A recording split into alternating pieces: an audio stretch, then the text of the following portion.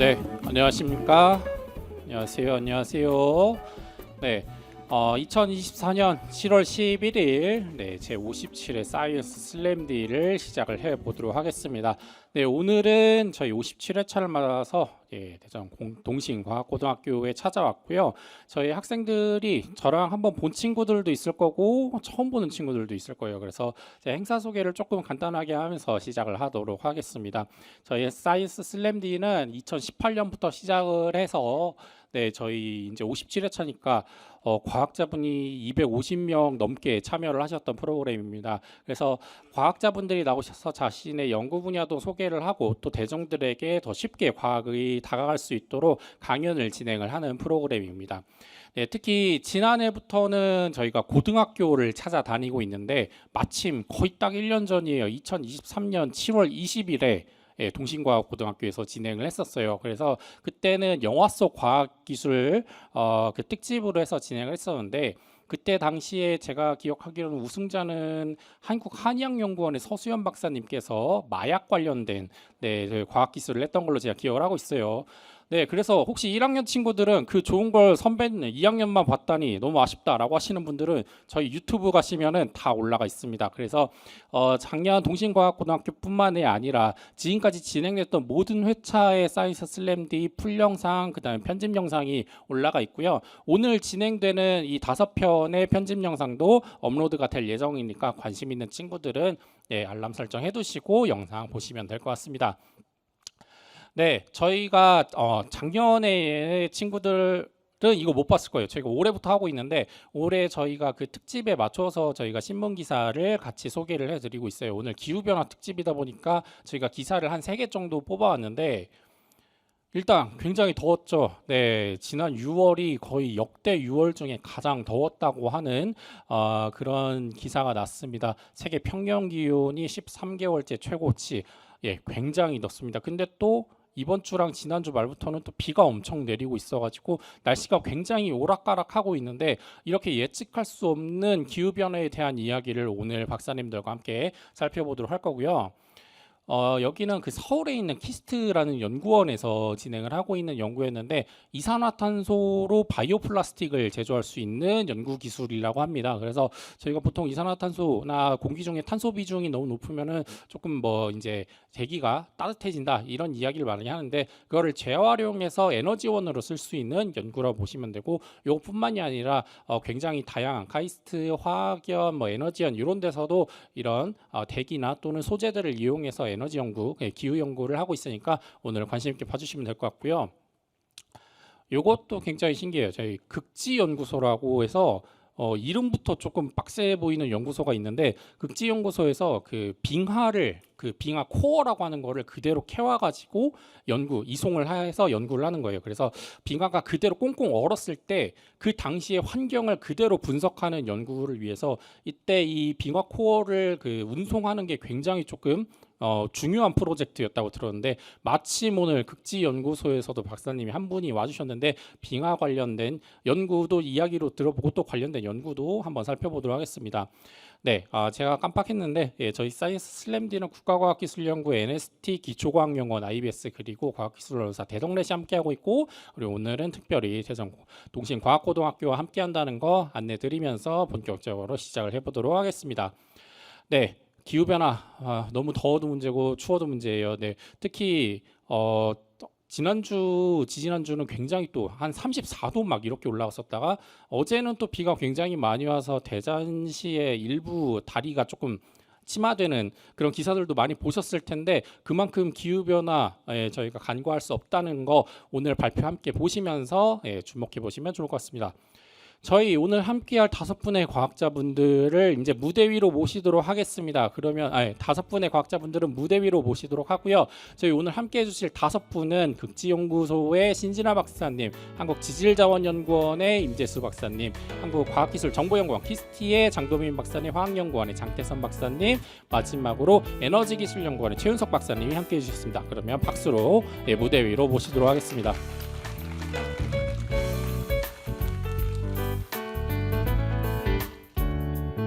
네, 이름부터 왠지 기후변화 연구를 할 것 같은 것도 있고 약간 연관성이 있어 보이나 이런 것도 있는데 오늘 제가 발표자를 미리 다 봤는데 오늘도 굉장히 재밌고 알찬 내용들이 많으니까 학생들이 함께 즐겨주면 될 것 같고 그래도 이렇게 학생들 앞에서 강연을 많이 해보신 분들도 있고 처음 해보시는 분들도 있을 텐데 오늘 좀 어떻게 준비를 하셨는지 저희가 각오한 말씀 들어보도록 하겠습니다. 먼저 신진아 박사님부터 한번 들어보도록 하겠습니다.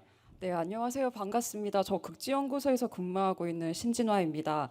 저 남극 빙하 코어로 과거 기후를 연구를 하고 있는데요. 과거 기후를 살펴보면 지금 현재 지구 상태가 심상치 않습니다. 오늘 그거에 대해서 한번 이야기를 나눠보도록 하겠습니다. 감사합니다. 네, 한국지질자원연구원에서 근무하고 있는 임재수라고 합니다. 저는 지질과학을 전공하고 있고요. 지질과학을 통해서 과거 기후변화 그리고 그걸 베이스로 해서 미래 기후변화를 또한 예측하는 그런 연구를 진행하고 있습니다. 제가 정말로 좋아하는 분야의 이야기이기 때문에 여러분들 앞에서 얘기하는 거 굉장히 지금 기대하고 있습니다. 이따가 잘 경청해 주시기를 정말로 부탁드리겠습니다. 감사합니다. 예, 안녕하세요. 한국과학기술정보연구원의 장동민이라고 합니다. 저는 사실 이렇게 학생분들 앞에서 발표하는 거는 이제 처음인 것 같아요. 그래서 다소 준비가 부족했더라도 좀 경청해 주시면 감사하겠습니다. 지금 기후 변화로 인해서 그 이상 기후로 인해 집중호우나 이런 것들에 대한 피해가 굉장히 큰데요.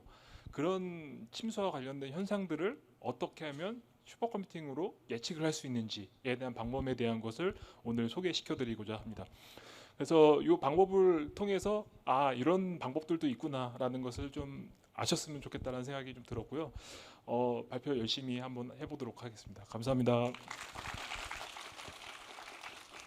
예, 안녕하세요. 한국화학연구원에 근무하는 장차장입니다. 저는 화학을 전공했고요. 지금 연구원에서 제가 할 수 있는 일은 이제 이산화탄소를 활용하는 연구를 주로 하고 있고, 그리고 대부분 이제 기후 변화 관련된 그리고 탄소 중립과 관련된 그런 이슈들에 대해서 어떻게 하면 이제 과학 기술로 우리가 접근해서 해결할 수 있을까 이런 부분을 많이 고민하고 있습니다. 여기에 계신 그 미래 세대의 주역들과 이런 고민을 오늘 할 수 있게 돼서 굉장히 영광이라고 생각합니다. 감사합니다. 네, 안녕하세요. 한국에너지기술연구원에서 근무하고 있는 최윤석이라고 합니다. 저도 방금 말씀하신 것과 마찬가지로 이 기후 변화에 대응하는 다양한 기술들 중에서 수소 에너지를 관련한 연구를 하고 있습니다. 저는 소재를 전공했기 때문에 소재 측면에서 어떻게 이런 기술들에 대응하고 있는지 오늘 소개할 예정이고요. 재밌게 들어주셨으면 감사하겠습니다. 네. 네, 5분이 굉장히 떨리시면서 기대도 되실 텐데 오늘 학생들의 많은 호응과 함께 즐거운 발표 강연 이어가도록 하겠습니다. 그럼 5분은 잠시 무대 아래로 다시 모시도록 하겠습니다. 네, 저희가 이게 나름의 경연이기 때문에 이런 친구들 그 예능 같은 데 보면 오디션 프로그램 같은 거 보면은 우승자 뽑을 때 제일 중요한 게 하나 있어요. 순서가 굉장히 중요합니다. 순서는 지금 바로 뽑도록 하겠습니다. 그래서 저희가 간단하게 사다리 타기를 준비를 했는데 과연 어떤 분이 올해 2024년에 동신과학고등학교의 포문을 열고 대미를 장식을 해주실지 사다리 돌려보도록 하겠습니다. 오늘 조금은 복잡하게 나왔는데 신진아 박사님께서는 4번째로 진행을 해주시도록 하고요. 네, 임재수 센터장님은 눈이 따라하기 힘드네요.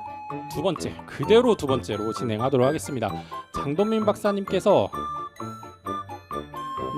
어느 쪽으로 할까요?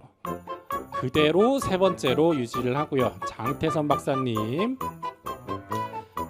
제일 마지막 대미를 장식을 해주시고 최윤석 박사님께서 남은 4번째로 가도록 진행을 하도록 하겠습니다. 지금 순서 다 보셨을 텐데 제가 잘못 봤었네요. 신진아 박사님 1번이셨죠? 네. 제가 4번째로 잘못 봤었는데 신진아 박사님이 1번이십니다. 네, 그래서 저희 오늘 지금부터 지금 요 나온 순서는 사회자 그다음에 발표자분들 그다음에 스태프분들 마지막 체크 한 번씩 부탁드리고요. 그러면 지금부터 순서가 거의 비슷하게 나오는데 진행을 해보도록 하겠습니다. 굉장히 시간이 10분이 짧게 느껴질 거예요. 그래서 학생들 이 압축된 시간 안에 많은 지식과 흥미를 배워가셨으면 좋겠습니다. 네, 그러면 네, 동신과학고등학교 기후변화편 첫 포문을 열어주실 박사님은 네, 아까 말씀드렸지만 극지연구소 빙하 지각권 연구본부에서 근무하고 계신 신진아 박사님을 모실 예정이고요. 네, 그리고 저희가 아까 봤지만 그 과연 빙하에는 어떤 비밀이 숨겨져 있고 또 거기서 어떤 기후 변화에 관련된 비밀을 풀 수 있을지 큰 박수로 신진아 박사님을 무대 위로 모시도록 하겠습니다.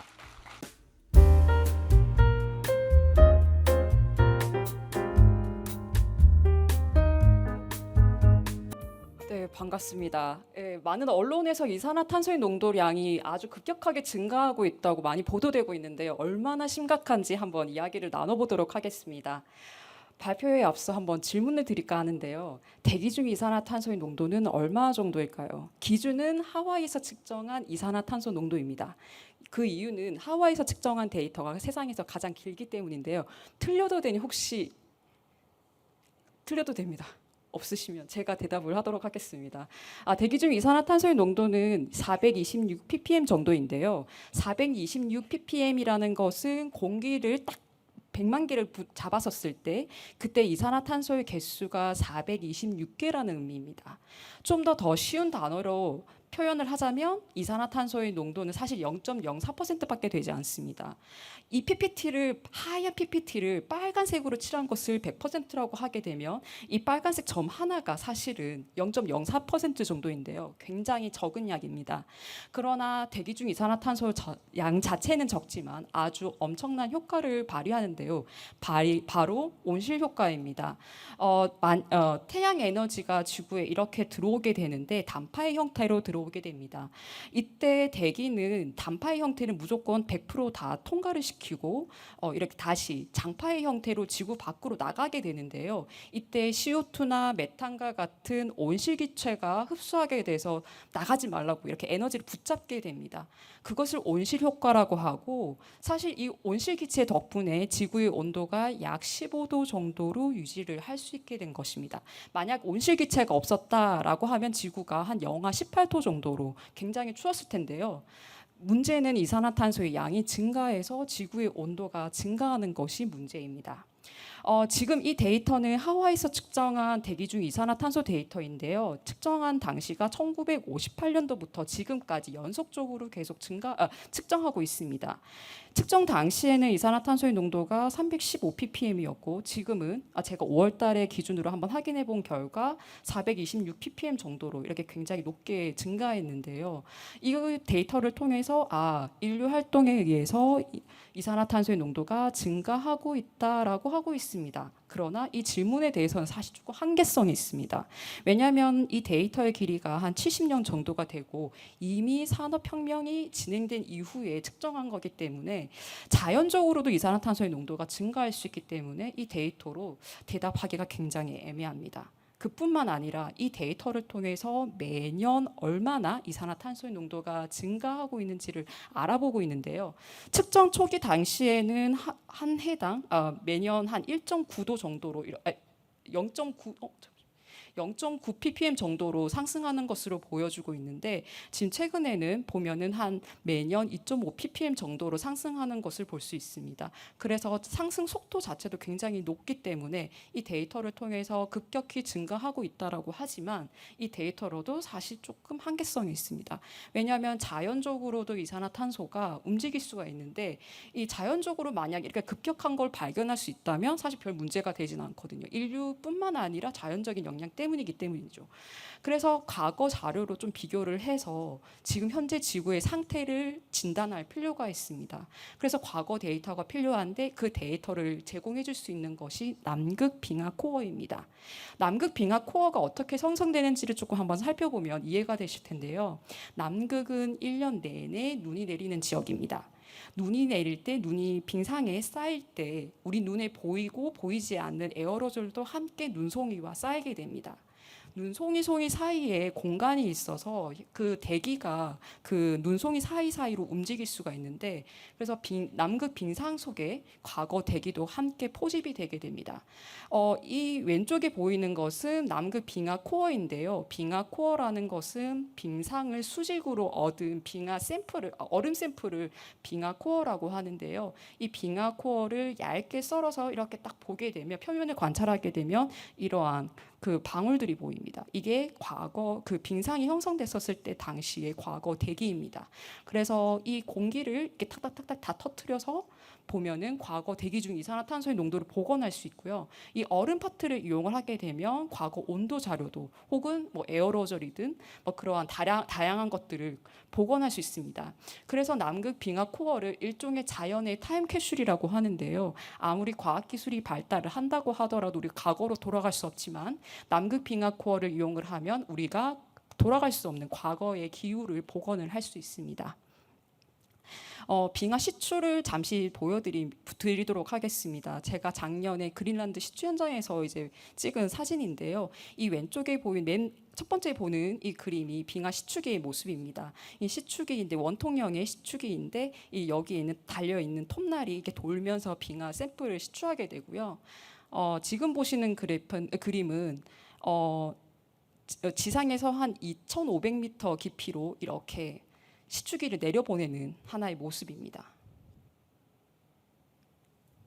그 맨 오른쪽에 보이는 영상은 2,500m에서 회수한 빙하 샘플이고요. 여기 이 현장에서 얻은 2,500m의 깊이의 샘플은 지금으로부터 한 12만 년 전에 만들어진 빙하 코어로 추정하고 있습니다. 그래서 지금 남극 빙하 코어에서 얻은 온도 자료와 이산화탄소 자료를 보여드리도록 하겠습니다. 고기후 자료를 볼 때 좀 주의사항이 있는데요. 시작점이 1950년도입니다. 그래서 1950년부터 몇 년 전이라는 식으로 카운팅을 하게 되는데요.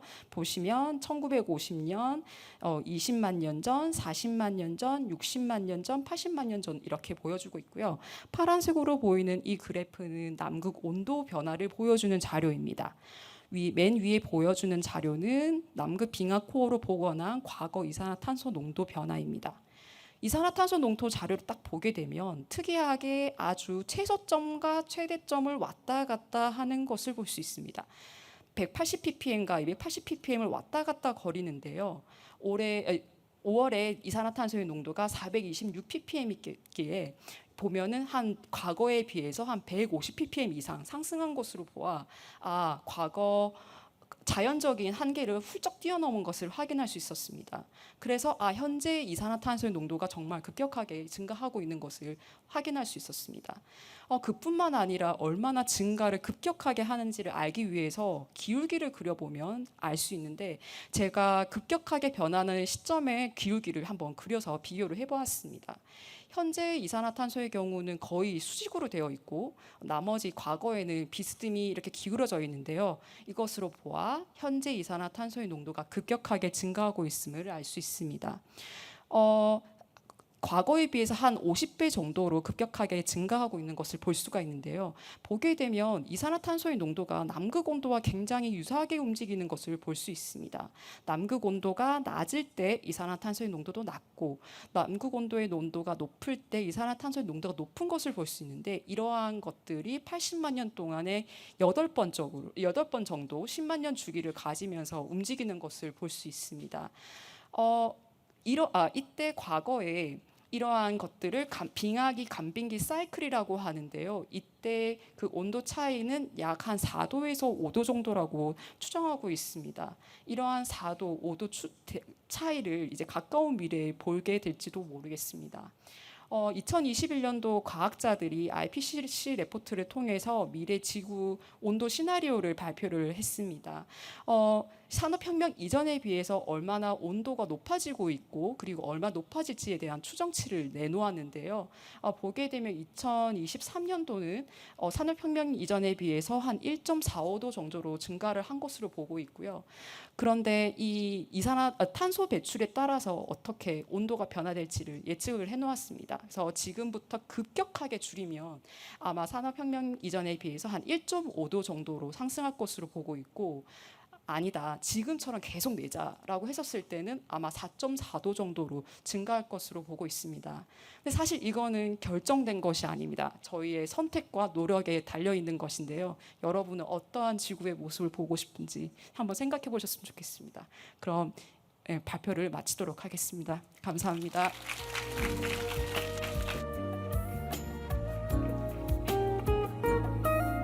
네. 실제로 저희가 그냥 뭐 이렇게 지도 사진 같은 거 볼 때 빙하가 이렇게 떠 있고 뭐 그런 정도로만 봤었던 걸로 기억을 하는데, 실제 빙하에는 더 많은 정보가 담겨 있다고 하고, 그걸로 이제 어떻게 과거가 변해왔고 어떻게 변해갈 건지도 추측을 할 수 있는 연구입니다. 특히 말 그대로 극지에 가서 연구를 하시는 분들이기 때문에, 극지 연구소 분들은 항상 막 몇 개월 동안 막 북극이나 남극에 가 있는 경우도 있고, 굉장히 생활하기 어려운 곳에서도 뛰어난 연구를 진행하고 계신데, 응원도 함께 전해주시면 될 것 같고요. 저희 두 번째 발표는 빙하가 기후 변화에 대한 비밀을 담고 있었듯이 땅에도 지질에도 숨겨져 있는 비밀들이 많다고 합니다. 오늘 두 번째 발표는 한국지질자원연구원의 임재수 박사님과 함께 하도록 하겠습니다. 두 번째 발표 큰 박수로 모시겠습니다.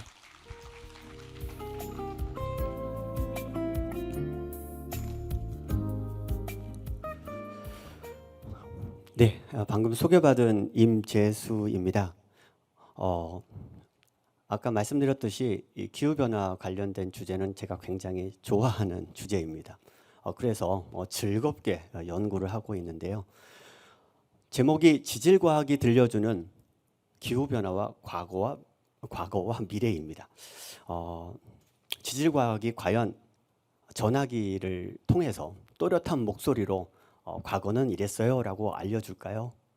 아니면은 어떠한 기록적인 형태로 조금은 어려운 모양으로 누군가가 해석해 줘야지만이 알 수 있는 그런 형태로 과거 기후변화를 이야기해 줄까요? 아마 지질과학을 연구하는 저희들이 이러한 메신저의 역할을 하지 않을까, 과거의 기록을 해석해 주는 역할을 하지 않을까, 이런 생각을 하고 있습니다. 어제 뉴스입니다. 다들 아시겠지만 비가 많이 와서 많은 분들이 어려움을 당했지요. 200년에 한 번 나타날 법한 그런 폭우가 쏟아졌습니다. 그래서 대전에서도 다리가 많이 잠겼고 또 침하되기도 했고요. 그리고 보시는 것처럼 저지대가 침수돼서 많은 분들이 정말 힘든 상황을 맞았습니다. 과연 이렇게 비가 많이 오는 것들, 폭우라는 것이 과거에는 없었을까, 이런 생각을 하게 되는데요. 보시는 것처럼 지구 온난화로 인해서 분명히 어제처럼 비가 많이 오는 것은 사실일 것입니다. 그런데 과거를 또한 들여다보면 역사 기록 속에 우리나라에서도 또 비가 많이 왔던 그런 기록들이 있습니다. 조선왕조실록을 두 가지 예를 들어보면요, 보시는 것처럼 낙동강의 이야기입니다. 약 300년 전에 낙동강 일대가 모두 큰 바다를 이루었고 사람이 빠져 죽은 것이 그 수요를 헤아릴 수가 없었다라는 표현이 있습니다. 큰 바다라는 표현에 주목할 필요가 있고요. 그리고 또 두 번째 소개할 것은 구체적인 수치가 있습니다. 경상도의 거창, 대구, 밀양 등 고을에서 나타난 일인데요. 이때 집이 천여 채가 휩쓸려 떠내려갔고요. 그때의 익사자, 그러니까 물에 빠져 죽으신 분들이 약 1000명이 넘었다라고 기록이 되어 있습니다. 굉장히 슬픈 사건입니다. 이러한 사건들이 왜 일어났을까를 생각해 보면 밑에 보이는 이러한 장마전선이 이 대구와 이 일대에 굉장히 오랫동안 머물렀을 것이다라고 현재 기상 데이터를 통해서 우리가 유추할 수가 있습니다. 보시는 것처럼 기후가 반복되는 것일까요? 성경지명이라는 한자성어 잘 아시죠? 보시는 것처럼 다들 조시는지는 잘 모르겠지만 우리 요거 뜻 한번 읽어보겠습니다. 성경지명, 앞날을 시작. 앞날을 미리 내다볼 수 있는 안목, 해안이라고도 합니다. 읽으신 분들은 정말 잘 될 거예요. 네, 만약 기후변화가 반복되는 것이라면 무엇을 알아야 미래를 우리가 예측할 수 있을까요? 오늘날 기상 관측 데이터는 약 50년의 기록을 보통 가지고 있습니다. 그래서 수십 년 단위의 기후변화, 그리고 다음 100년 후의 기후 변화를 우리가 예측하는 데는 매우 부족한 실정입니다. 마찬가지로 방금 보여드렸던 역사시대 기록도 굉장히 단편적이기 때문에 우리가 좀 더 좋은 연속적인 정보가 필요합니다. 과연 이런 연속적인 정보가 어디 있을까요? 예, 방금 빙하를 소개해 주셨습니다. 예, 80만 년 어마어마하지요. 또 다른 좋은 데이터가 바로 이 호수 퇴적층, 즉 퇴적층 속에 많이 포함되어 있습니다. 그리고 또 동굴 생성물이라고 해서 석순, 종유석 이런 곳에도 좋은 기후 데이터가 포함되어 있습니다. 혹시 이곳이 어디일까요? 네, 헬기로 시추 장비를 날라서 뭔가 작업하는 곳입니다. 예, 한라산 백록담입니다. 저희들이 가서 작업을 해서 좋은 시추 코어를 얻어서 연구를 했습니다. 여기는 어디일까요? 네, 화산 분화구 내부입니다. 예, 제주도에 있는 물장오리인데요. 혹시 세로선 하나 보이시나요? 여기 중앙에 이렇게 선이 하나 있는데 저희들이 이제 작업할 때 바지선을 하나 만들어서 그 위에서 이 선을 그러니까 밧줄을 당기면서 이동하면서 작업을 하게 됩니다. 보시는 것처럼 이러한 네, 사진이 있지요. 그럼 저희들이 왜 이렇게 오지라고 할 수 있는 곳에 가서 연구 자료를 만드는 걸까요? 그것은 바로 사람에 의해서 훼손되지 않은 기후변화 기록체를 확보하기 위해서입니다. 하나 더 소개를 하면은요. 내륙에도 좋은 호수 퇴적층이 있습니다. 혹시 경남 합천군이라고 아시는지 모르겠지만 운석 충돌구가 최근에 발견된 곳이지요. 저희들이 이곳에서 약 60m 어떤 깊이의 호수 퇴적층도 발견했고요. 그리고 그 호수 퇴적층을 이용해서 여러 가지 분석 결과 운석 충돌구라는 것도 밝히게 되었습니다. 보시는 것처럼 이제 네. 예, 용다리공달 아저씨랑 같이 찍기도 했었고요. 우리가 이렇게 퇴적층에 관심을 갖는 이유는 바로 퇴적층 속에 좋은 정보가 들어있기 때문입니다. 보시는 것처럼 몇 가지 숫자를 제가 제시했습니다. 첫 번째 1972 무엇일까요? 네, 저의 태어난 해입니다. 두 번째 68은 뭘까요? 예, 밝히기 쉽지 않습니다. 68kg, 예, 제 몸무게입니다. 세 번째 숫자는 뭘까요? 175. 제가 그렇게 안 보이죠. 그렇게 안 커요. 그렇죠? 예, 희망사항이었습니다. 어찌됐든 간에 이런 숫자들이 단순하게 그 순간에 만들어지지는 않습니다. 제가 태어난 연도 1972는 변하지 않는 숫자일 수 있지만 몸무게는 출생 이후 증가하고 요동치게 됩니다. 그렇죠? 아마 제가 기억하기에는 매일 바뀌는 것 같아요. 그렇죠? 네, 일주기가 또 있고요. 어찌됐든 간에 아프면 떨어지고 네, 건강하면 올라가고 이렇습니다. 마찬가지로 키라는 것도 이렇게 변화가 됩니다. 즉 어떤 숫자가 갖고 있는 것은 특히 시계열적 변화라는 관점에서 들여다보면 이야기가 됩니다. 어떤 이야기가 될 수 있을까요? 바로 기후 같은 경우라면 우리가 바라보는 숫자 그것이 바람의 변화일 수도 있고 강수량의 변화일 수도 있고 온도의 변화일 수도 있습니다. 이 세 가지를 이제 기후 요소의 3요소라고 하는데 저희들이 과거 기후 변화를 연구한다라고 할 때에 이 세 가지를 어떻게 복원할 것인가를 고민하게 됩니다. 오늘 제가 드릴 말씀은 이 강수량에 관계된 것입니다. 비가 많이 왔어요. 폭우가 왔어요. 어떻게 할 수 있을까요? 현장을 먼저 알아야 됩니다. 보시는 것처럼 강가에 가면은 강가, 즉 물이 흐르는 하도 옆에는 자갈이 많이 쌓이고요. 하도에서 멀어질수록 입도가, 즉 입자가 작은 것들이 많이 쌓이는 것을 알게 됩니다. 그리고 옆에 보이는 이 그래프는 우리가 보통 입도 분포라고 하는 건데요. 다양한 입자들이 들어와서 퇴적층을 이루게 됩니다. 보시는 것처럼 봉우리가 두 개가 있어요. 이 봉우리가 두 개가 있다는 것은 운반되는 메커니즘이 두 개다라는 건데 하나는 뜬짐으로 하나는 또 도약으로. 이 말은 큰 홍수가 날수록 큰 입자들이 운반되겠지요. 예를 들어서 그 운반된 모습들이 이렇게 보여질 수 있습니다. 보시는 것처럼 이게 퇴적층이에요. 모래층도 있고 그래서 조립층이라고 얘기하고 약간 세립의 퇴적층도 있습니다. 그래서 보시면 아시겠지만 이 조립층이 당연히 홍수 때 운반된 것이겠지요. 근데 저희가 이 데이터를 보여주면서 사진을 보여주면서 연구할 수는 없잖아요. 그래서 가장 중요한 키워드가 하나 있는데 모든 데이터를 숫자화해라입니다. 우리 보통 디지털 이런 표현 많이 쓰죠. 우리가 만든 데이터는 꼭 그래서 숫자화가 되어야 합니다. 예를 들어서 숫자화를 한다. 이 말은 다양한 분석 장비를 통해서 값을 측정하는 것입니다. 밑에 보면은 TI라는 타이타늄의 원소의 함량을 보여주는데 이 함량이 위에 보이는 조립질 또는 세립질의 그 변화를 자세하게 보여주는 하나의 인디케이터로 사용되는 걸 볼 수가 있습니다. 즉 다시 얘기해서 육안으로 관찰한 것을 이렇게 디지털화할 수 있는 장비를 사용해야지만이 우리가 좋은 연구를 할 수가 있습니다. 보시는 것처럼 굉장히 조밀하지요. 이게 2mm 간격으로 연속적으로 분석했기 때문에 작은 홍수 시그널도 복원할 수가 있습니다.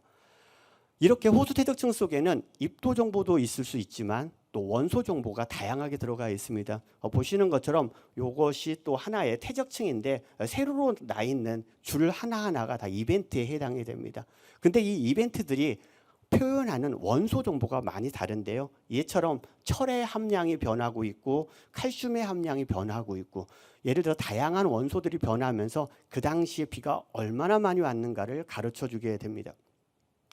자, 그러면 하나의 사례로서 설명을 좀 드리려고 합니다. 연안 지역에 가서 우리가 홍수 퇴적에 대해서 폭풍우가 아니면 폭우가 얼마나 많이 왔는가를 우리가 알기 위해서는 이러한 정보를 수집해야 됩니다. 보시는 것처럼 폭우가 올 때마다 이렇게 흙탕물, 토사들이 유입돼서 하나의 층층을 이루게 되는데요. 보시는 것처럼 층이 보이나요? 안 보입니다. 그러니까 분석 장비를 이용합니다. 아까처럼 XRF 코어 스캐너라는 장비를 이용하면 이렇게 많은 숫자들이 나오게 되고요. 이 숫자들이 의미하는 것이 바로 과거 홍수 이벤트 변화가 되겠습니다.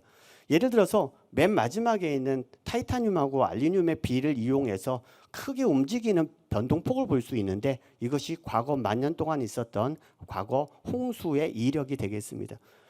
재미있는 것은 이 홍수 이력이 무엇을 가르쳐 주냐 하는 것인데요.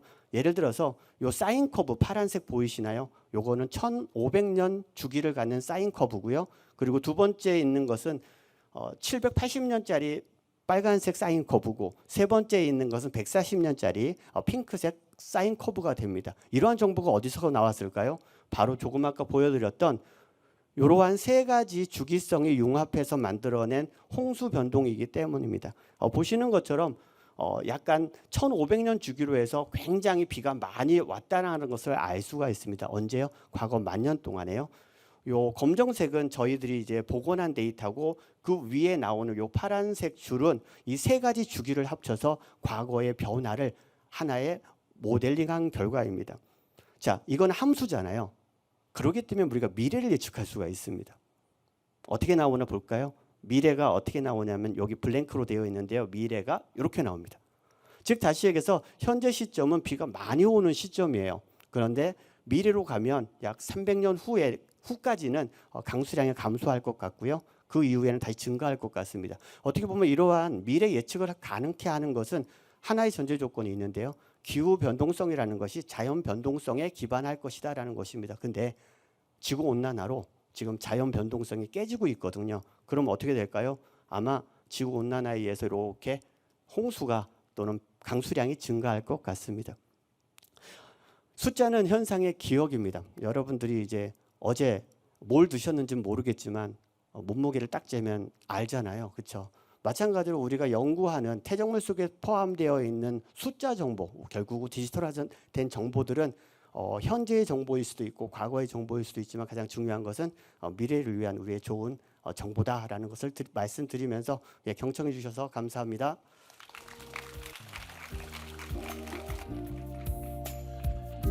네, 데이터를 남기는 게 굉장히 중요하다고 했는데 여러분들이 아실지 모르겠는데 한국지질자원연구원이 우리나라 연구소 중에 전신까지 포함하면 가장 오래된 연구소예요.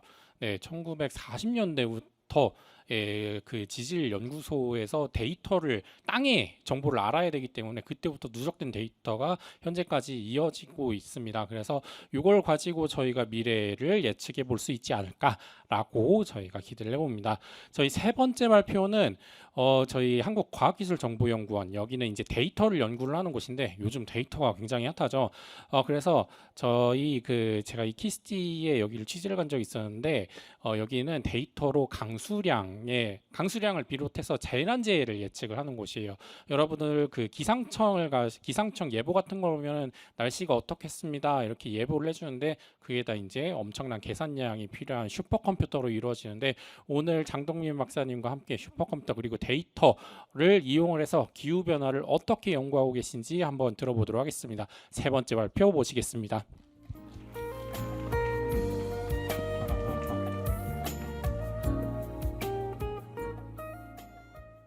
예, 안녕하세요. 한국과학기술정보연구원의 장동민이라고 합니다. 반갑습니다.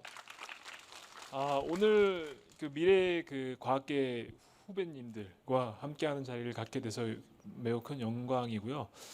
이틀 전에 굉장히 안타까운 소식도 들렸어요. 엄청난 폭우로 인해서 대전 인근에 있는 충남권에서도 사망 사고가 일어났었고요.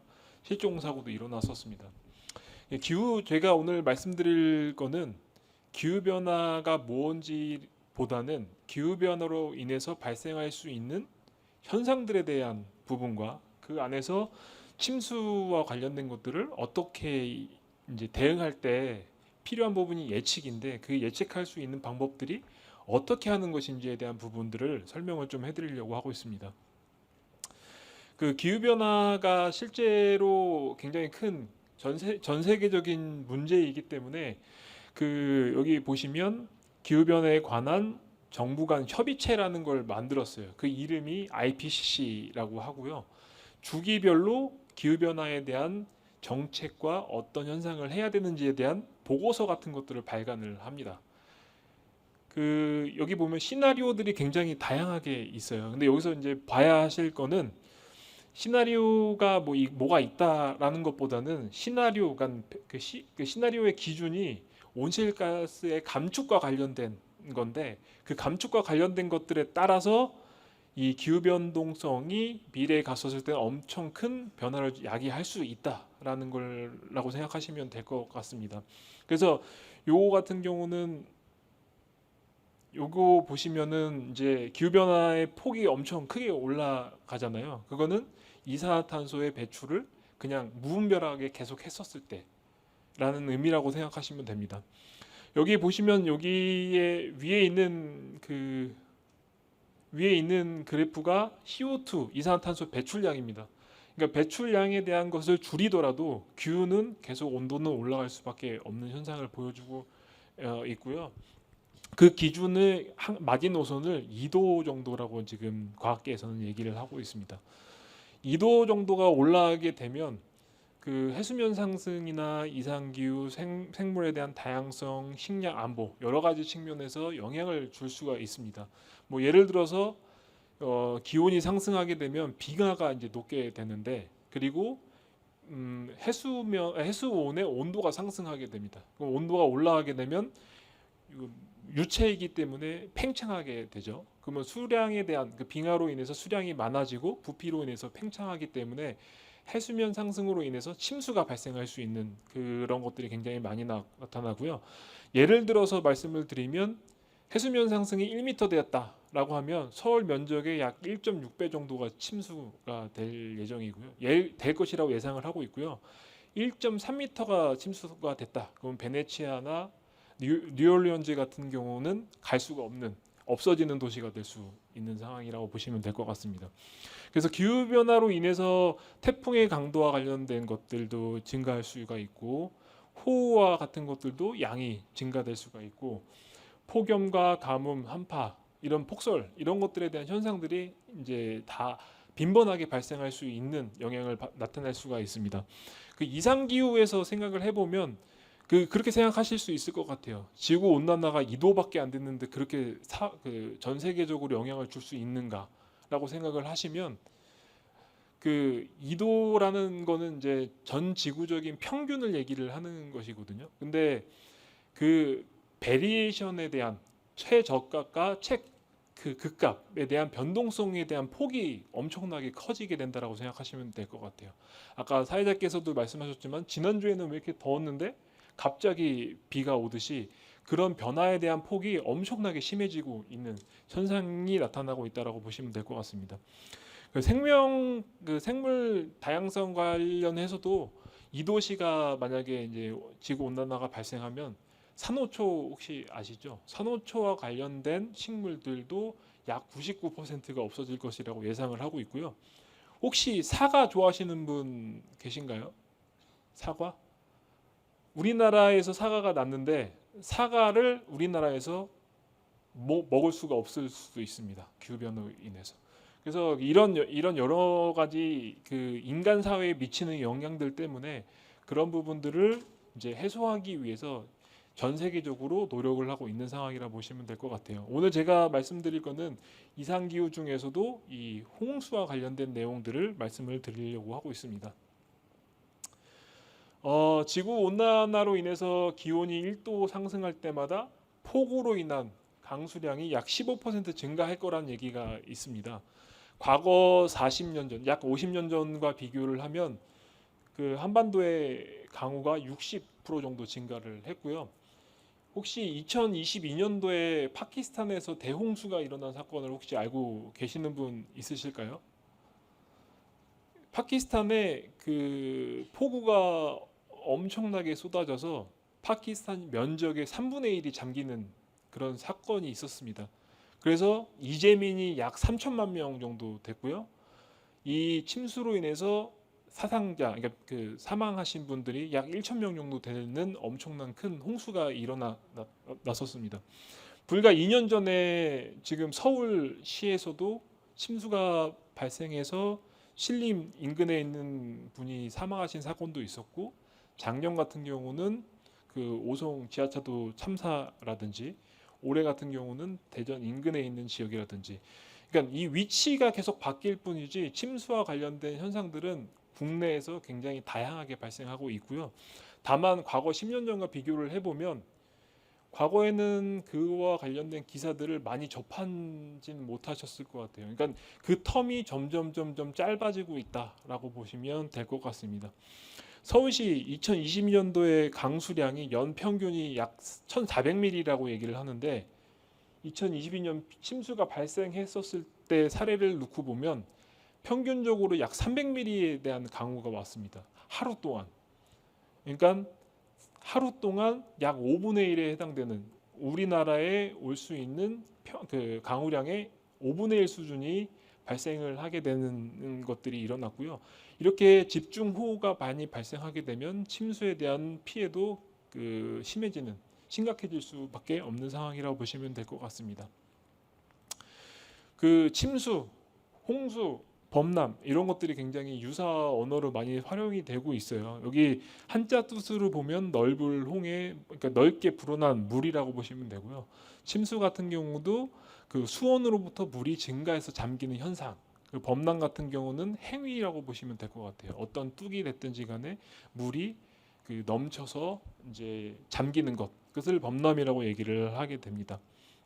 그래서 실제로 홍수, 침수, 범람 이런 여러 가지 용어들을 쓰지만 거의 다 동일한 용어라고 보시면 될 것 같고요. 침수의 유형과 같은 경우는 앞서 설명드린 바와 같이 태풍이나 집중호우로 인해서 발생을 하게 됩니다. 태풍 같은 경우는 해일이라든지 파랑이라든지 이런 그 영향으로 인해서 연안에 있는 바닷물이 넘쳐서 발생할 수 있는 형태가 발생할 수가 있고요. 비가 많이 오게 될 경우에는 하천에 물이 불어나서 그 불어난 물이 도시를 덮치는 현상이 나타날 수도 있고, 한 가지 이 도시 자체에서 침수가 발생할 수도 있습니다. 여기도 마찬가지고 어떤 도시라도 비가 오게 되면은 그 빗물이 관로를 타고 이제 모이는 장소들이 있어요. 그래서 그러니까 우수관로 혹은 하수관로를 통해서 물이 이제 유입이 되게 되는데, 그 물이 너무 많아지게 되면 그 맨홀을 통해서 역류를 하게 되는데, 그 역류 현상으로 인해서 침수가 발생하는 원인도 있다라고 보시면 될 것 같습니다. 그래서 도심지 내에서의 침수 위험지대는 하천 주변에 있는 저지대가 될 것이고요. 그리고 앞서 설명드린 바와 같이 도시 내에는 관로가 있는데 관로의 용량이 적은 지역 같은 경우가 위험 지점이 될 수가 있고, 하나는 요즘에 이제 빗물이 이제 들어가게 되는 구멍이 있습니다. 그게 맨홀이라고 얘기를 하면 그 지역에 나뭇잎이라든지 쓰레기라든지 이런 것들이 굉장히 많이 쌓여서 그로 인한 배수가 안 되는 현상 때문에 침수가 발생하는 것도 있다라고 보시면 될 것 같습니다. 여기 굉장히 어려운 시기 하나 나왔습니다. 혹시 이 시기에 관련해서 알고 계시는 분 있으실까요? 이 시기 의미하는 것이 뭐냐면 점성을 가진 유체를 설명하는 기술하는 비선형의 편미분 방정식이라고 얘기를 합니다. 그래서 이름은 나비어스톡스이케이션이라고 얘기를 하고요. 요게 우리가 잘 알고 있는 방정식에서 유래가 됐어요. 아마 물리 시간에 다 배운 방정식이라고 보시면 됩니다. 어떤 방정식인지 혹시 아시는 분 있으실까요? F는 ma. 혹시 모르시는 분 계신가요? F는 ma. 유체에서의 뉴턴 제2 운동 방정식을 통해서 도출된 방정식이라고 보시면 되고요. 이 방정식을 통해서 앞서 설명드린 기상과 관련된 것도 예측을 하고 침수와 같이 물의 이동에 대한 것도 예측을 하고 그런 것들을 다 예측할 수 있는 방정식이라고 보시면 됩니다. 근데 이 방정식을 실제로 풀어서 해석할 수는 없습니다. 여기 보시면은 밀레니얼 문제라고 해서 7가지가 있는데 최근에 이제 재작년인가 프랭칼의 정리라는 것이 증명이 됐고 아직까지도 해를 찾지 못한 방정식이기 때문에 이 방정식을 유사하게 여러 가지 가정을 통해서 수치 해석이라는 방법을 통해서 예측을 하게 됩니다. 그래서 이 방정식을 통해서 이제 타임, 그러니까 시간에 따라서 평균도 하고 그리고 이 침수와 현상과 그러니까 기상 예측과는 별개로 침수 현상 같은 경우는 이 수평적으로 발생하는 영역이 수직적으로 발생하는 영역보다 훨씬 스케일이 굉장히 작아요.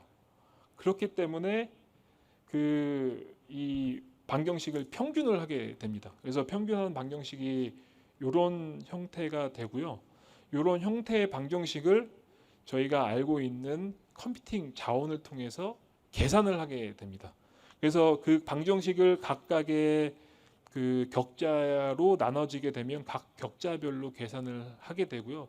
그 격자에서 계산하는 방식을 저희가 가지고 있는 슈퍼컴퓨팅 혹은 각 쓰고 계시는 컴퓨터 자원을 통해서 연산을 하게 됩니다. 그 연산을 하게 되면 이런 형태로 침수가 어디에 일어나는지를 예측을 하게 되는 것이고요. 앞서 설명드린 방정식을 컴퓨터를 통해서 풀게 되면 이런 식의 시뮬레이션을 할 수가 있다라고 보시면 될 것 같아요. 여기 보시면 물이 오르락내리락 하고 도시 내에서 물이 이제 차오르고 이런 것들을 시뮬레이션을 할 수가 있는데요. 그 시뮬레이션 하는 것들을 앞서 설명드린 수학적 방정식을 통해서 풀어 나간다라고 보시면 될 것 같아요. 이게 풀어 나가는 방식이 침수뿐만 아니라 자연에서 발생할 수 있는 모든 자연 현상들은 수학식을 통해서 도출이 되고 시뮬레이션은 대부분 다 그 수학적 방식을 수치 해석이라는 방법을 통해서 해석을 하게 되고 예측을 하게 되는 것이라고 보시면 될 것 같습니다. 이거 이제 넘어가도록 하고요. 그리고 한 가지 더 요즘에 데이터에 대한 이슈가 굉장히 높아지고 있고 인공지능에 대한 부분 기술들이 굉장히 높아지고 있는데 구글에서도 AI를 통한 홍수 예측할 수 있는 방법을 만들어내고 있고요.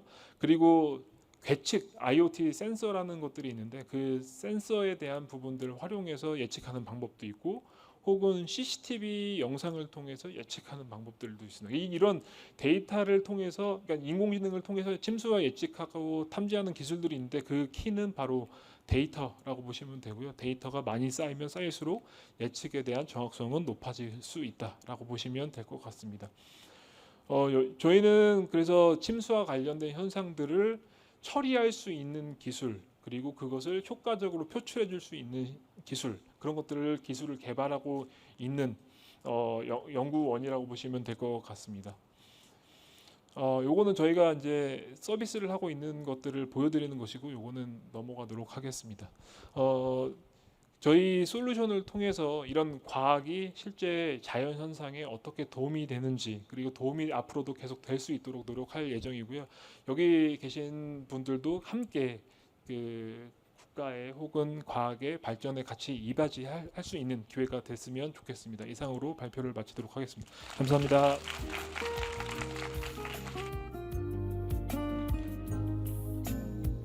네, 여러분들이 나중에 혹시 키스티라는 연구기관을 가보실 수 있을지 모르겠는데 거기에 가면 슈퍼컴퓨터 센터가 있어요. 그래서 슈퍼컴퓨터에 그 1년간 제가 알기로는 그 냉방비로만 수천만 원씩 나간다고 하는데 그만큼 계산이 많이 필요한 분야고 그걸 통해서 정확한 예측을 제공하는 연구기관이다 보니까 이런 특히 기후변화, 예측할 수 없는 기후변화에 굉장히 앞으로 기대가 되는 연구원이라고 보시면 됩니다. 저희 친구들 점심 먹고 살짝 루즈해진 것 같아서 사회자 재량으로 제가 상품을 조금 같이 겸해서 분위기를 좀 풀어보도록 하겠습니다. 상품은 날이 더우니까 아이스크림을 걸고 하죠. 31가지 맛 중에 골라 먹으시면 되고 자 정답 아시는 분은 손 번쩍 드시면 됩니다. 이거 작년에 여기서 했었는지 모르겠는데 자 연상 퀴즈를 드릴 거예요. 저랑 스무고개를 하듯이 하시면 되고 예를 들어서 제가 처음에 뭐 주제는 동물이라고 치면 자 저는 포유류입니다 라고 하면 모르겠죠. 근데 저는 예를 들어서 꼬리를 가지고 있어요. 그러면 포유류 중에서도 꼬리를 가진 쪽으로 갈 거고 그 다음에 저는 키가 굉장히 큽니다. 이러면 포유류 중에서 키가 크고 그 다음에 꼬리를 가진 동물 이렇게 압축을 해 가시는 거예요. 그래서 처음에 힌트를 누적해서 보시면 되고 처음에 힌트를 딱 들어도 감이 안 오기 때문에 한 3분 정도 맞추지 못하면 다음 힌트를 드리도록 하겠습니다. 주제는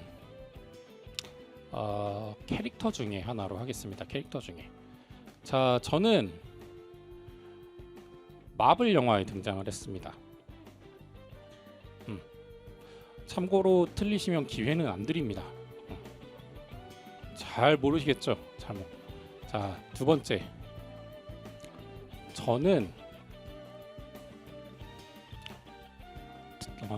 저는 신체 능력이 우수해요. 순수한 피지컬이 우수합니다. 캡틴 아메리카 땡. 그 옆에 헐크 땡. 스파이더맨 땡. 자 다음 힌트 드리도록 하겠습니다. 제 친구가 빙하 속에 있었어요. 여기 거기 친구 손 여기 앞에 크게 아니 요 앞에요. 버키반즈 윈터 솔저 정답이에요. 윈터 솔저를 드렸고 캡틴 아메리카는 빙하 속에서 한 70년을 있었죠.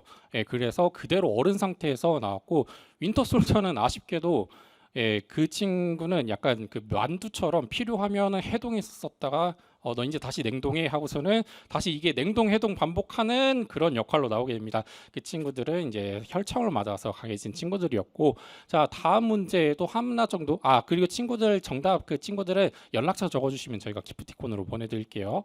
자 두 번째 영화입니다. 저는 장르로 따지면 재난 영화예요.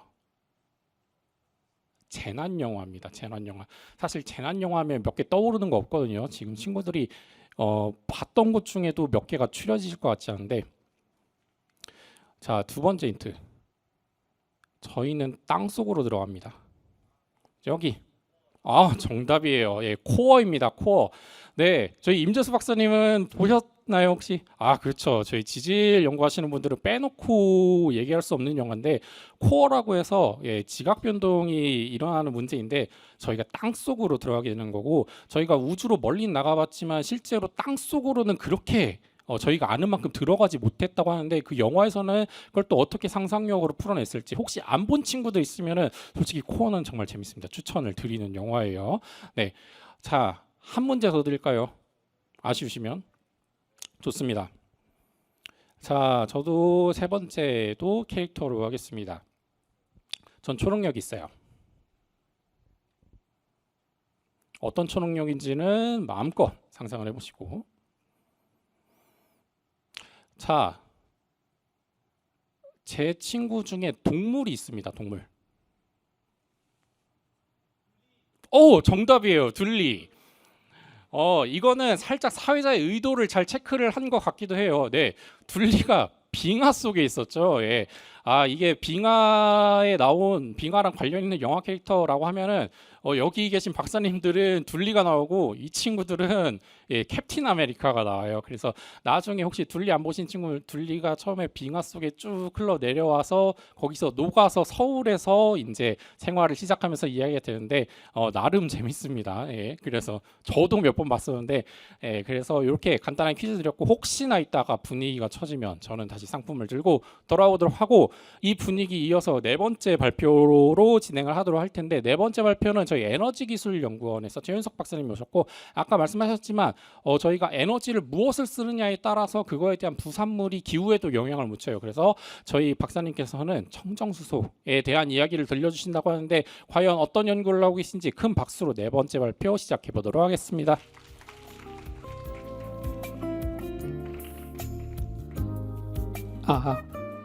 네, 안녕하세요. 만나서 반갑습니다. 한국에너지기술연구원의 최윤석입니다. 네, 저는 저에 대한 소개를 잠깐 하자면, 저는 대학교 때부터 지금까지 쭉 이 소재를 전공한 재료공학 박사입니다. 네, 그런 측면에서 오늘은 이 기후변화 대응에 굉장히 중요한 역할을 할 이 청정수소를 만드는 데 있어서 절대 완벽하면 안 되는 이 소재인 전도성 세라믹이라는 소재에 대해서 좀 알려드리려고 합니다. 일단 소재 얘기를 하기 전에 다들 2050 탄소 중립에 대해서는 한 번씩들 들어보셨을 것 같은데요. 탄소 중립이란 기본적으로 우리가 배출하는 총 이산화탄소와 흡수하거나 제거하는 형태로 이산화탄소를 다시 제거한다고 했을 때 그 양이 서로 같아지도록 하는, 즉 넷제로 중립을 의미하게 됩니다. 우리나라는 이 탄소 중립이라는 것을 기후변화에 대응하기 위해서 2050년까지 반드시 이뤄내겠다고 국가 비전으로 선포하기도 했습니다. 근데 다양한 기술들을 통해서 이 탄소 중립을 이뤄내야 되는데요. 다양한 기술들이 있겠지만 제가 오늘 이야기하려고 하는 이 수소 에너지는 이 우리가 사용하는 에너지1에서부터 탄소를 제거하자라는 이 탈탄소의 개념에서 굉장히 중요한 역할을 할 기술이 되겠습니다. 제가 제목에서 청정수소라는 이야기를 했는데요. 그러면 잠깐 퀴즈를 하나 드리겠습니다. 그러면 우리가 수소를 만들 수 있는 가장 깨끗한 방법은 무엇일까요? 네. 전기분해. 물을 분해한다는 얘기죠. 정답입니다. 네. 물을 분해하는 것이 가장 깨끗한 수소를 생산하는 방법인데요. 그러면 제가 여러분한테 물을 드리고서, 사실 정답이 이미 나와가지고 이렇게 물을 쪼개라고 한다면 이 강한 본딩들을 다 끊어내야 되기 때문에 굉장히 큰 에너지가 필요할 거라고 생각할 수 있고, 그 방법으로 열이나 또는 태양 또는 전기 에너지 같은 것들을 떠올리실 수 있을 것 같습니다. 근데 여기서 제가 질문을 조금 바꿔서, 만약에 이들 중에서 가장 효율적으로 물을 쪼갤 수 있는 방법이 뭐냐고 질문을 한다면 방금 사실 답이 나왔는데요. 현재 우리 인류가 보유하고 있는 기술 중에서 가장 효율적으로 물을 쪼갤 수 있는 방법은 이 전기 에너지를 이용한 수전의 기술입니다. 수전의 기술도 사실 다양한 종류가 있는데요. 그 중에서도 가장 적은 전기를 사용하는, 다시 말하면 가장 높은 효율로 이 수소를 생산하는 기술이 바로 제가 연구하고 있는 고온수전해입니다. 이 고온수전해 기술이 작동하는 소자를 이렇게 살펴보면요. 가운데 전해질을 두고 양쪽에 수소극과 공기극으로 구성이 되어 있는데요. 여기서 가장 중요한 핵심은 바로 산소 이온만을 전달할 수 있는 고체 산화물로 이루어진 전도성 세라믹을 전해질로 사용한다는 것입니다. 그리고 이 소자가 작동하는 원리에 대해서 간단히 설명을 드리면, 수소극에 물을 넣고 전기를 가하면 수소가 생성되면서 함께 산소 이온이 형성이 되고요. 이 산소 이온은 이 고체 전해질의 격자를 따라서 이동해 공기극으로 간 다음에 다시 전자를 내놓고 산소가 기체가 형성이 되면서 전체 물분해 반응을 완성하게 됩니다. 그러면 이 기술 이름에 이 고온이라는 이름이 붙을 만큼이면 대체 얼마나 높은 온도에서 작동을 할까요? 이 고온수전의 기술과 관련해서 상용화에 근접한 현재 기술들은 대부분 700도 이상에서 작동을 합니다. 700도? 이 700도라는 온도가 약간 낯서실 수도 있는데 자연계에서는 이 화산 폭발에 의해서 나오는 용암의 온도랑 비슷한 온도 수준에서 작동한다고 보시면 됩니다. 그렇기 때문에 사실 엄밀히 말하면 우리는 물을 분해한다기보다는 이 수증기를 분해하는 것에 가깝고요. 이 수증기를 분해하기 때문에 다른 물 분해 기술 대비 훨씬 높은 효율, 그리고 귀금속 촉매를 사용하지 않아도 되는 추가적인 장점을 갖습니다. 근데 이런 높은 온도에서 저희가 선택할 수 있는 소재의 폭이 워낙 좁다 보니까 현재 시점에서는 아무래도 만들기가 좀 어렵고 가장 비싼 기술이 되겠습니다. 지금부터는 이 고온 수전의 기술과 관련된 소재에 대해서 조금 이야기를 하려고 하는데요. 이 소재는 다양하게 많은 소재들이 사용되고 있지만 특별히 제가 아까 정말 핵심이라고 설명드렸던 이 고온 수전의 전해질 소재에 대해서 얘기를 하려고 합니다. 독일의 과학자 너른스트는 1887년에 이 지르코늄 산화물이라고 하는 지르코니아에 대해서 결함 같은 것들을 좀 연구하다가 고온에서 이 소재가 갑자기 전기를 통하는 현상을 우연히 발견을 했습니다. 그렇다면 결함을 연구하다가 갑자기 전기, 뭐 산소 이온, 이 무슨 얘기지? 라는 궁금증이 생기실 수도 있을 것 같은데요. 일단 결함이라고 하면은 이렇게 규칙적인 배열을 갖는 이 고체에서 원자나 이온이 가져야 하는 위치에 없거나 또는 없어야 되는 위치에 있는, 즉 완벽한 크리스탈로부터 벗어난 이러한 상태를 얘기합니다. 이런 이온 결합을 하고 있는 고체 산화물에서 사실 이런 결함들은 마구잡이로 생기진 않습니다. 이러한 결함들이 생길 때에는 다음과 같은 절대 규칙을 따르는데요. 그것은 전하 중성 조건이라고 하는 형성되는 디펙트들의 전하의 총합은 항상 0이 되어야 한다는 이 룰을 따릅니다. 예를 들면 이렇게 우리가 만약에 지르코늄 빈자리를 하나 만들면 이 자리는 -4의 유효전하를 띠고요. 그렇기 때문에 이것을 보상하기 위해서 +2의 유효전하를 띠는 산소 빈자리는 2개가 형성이 되어야 된다는 원리죠. 사실 이 규칙을 잘 모르더라도 우리가 이 결함이라는 것이 왜 전기, 특히 산소 이온 전도에 영향을 크게 줄 수 있냐라는 이 아이디어는 우리가 산소 이온이 직접 대보면은 상상해 보면 쉽게 이해할 수 있습니다. 자, 제가 여기 있는 산소 이온이고 여기서 이 옆자리로 가고 싶은 거예요. 그러면 가장 기본이 되는 첫 번째 전제 조건이 뭘까요? 바로 옆자리가 비어 있어야 갈 수 있겠죠. 그렇기 때문에 우리는 이 옆자리가 비어 있을 확률에 의거해서 이 이동할 확률이 정해지게 됩니다. 우리는 이 옆자리가 비어 있을, 즉 결함이 얼마나 많은지가 이 우리의 그 확산에 영향을 주게 됩니다. 그러면 이제 옆자리가 비었습니다. 제가 한번 옆자리로 이동을 해보겠습니다라고 했는데 결국 돌아보니 제 자리였어요. 이것은 우리가 방금 이 격자에서 이 위치로 이동하기 위해서 최소로 필요로 하는 이 에너지 장벽을 넘는데 실패했기 때문입니다. 다들 아시는 것처럼 이 고체 내에서 원자나 이온은 가만히 있지 않죠. 일정한 주파수를 가지고 움직이고 있습니다. 그래서 너도 움직이고 나도 움직이고 서로 이렇게 움직이고 있는 상황에서 우연히 만들어진 어떤 기회에 우리는 확률적으로 이 에너지 장벽을 넘을 수가 있게 됩니다. 다시 얘기하면 옆자리가 비어 있고 서로 어떤 우연한 확률로 제가 이 점프에 성공할 확률이 더해져서 우리는 옆자리로 이동할 수 있게 됩니다. 이 두 가지를 고려해서 다시 너른스트의 이야기로 돌아가면 너른스트는 이 결함을 연구하기 위해서 지르코니아라는 소재를 가열하고 있었어요. 그럼 자연계에서는 이 디펙트들이 저절로 더 많이 형성이 되고요. 또 이 원자를 이동할 점프할 확률도 높아지게 됩니다. 따라서 이러한 이유로 이 지르코니아에서 전기가 흐르는 원리를 발견하게 되는 것입니다. 이러한 현상을 발견한 후에 과학자들은 흥미롭게도 어떻게 하면 이 지르코니아를 더 결함이 많게 만들까, 더 완벽하지 않게 만들까를 고민하게 됩니다.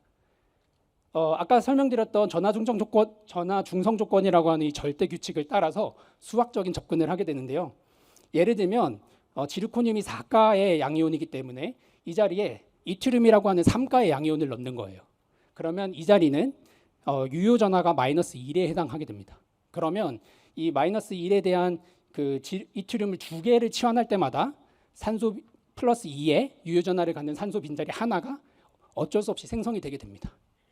이렇게 되면 우리가 지르코니아를 가열해서 억지로 산소 빈자리를 만들어내는 것이 아니라 우리가 원하는 만큼 이트륨을 넣어서 이 산소 빈자리를 만들 수 있게 되고, 그렇게 되면 원하는 만큼 원하는 전도도를 얻을 수 있게 됩니다.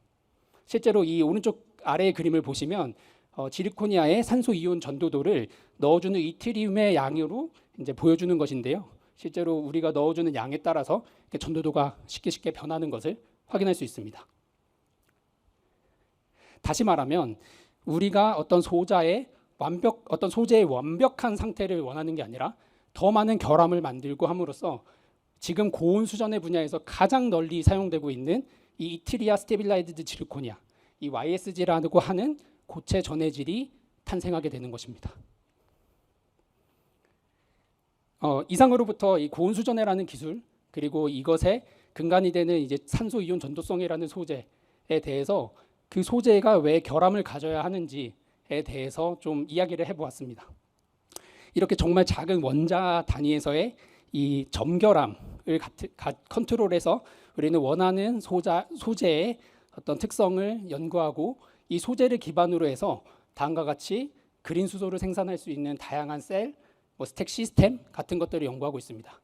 아이러니하게도 이런 작은 결함들로부터 시작을 해서 청정 수소를 만들 때는 절대 한치 오차도 없는 굉장히 완벽한 수소 생산 기술을 만들려고 노력을 하고 있습니다.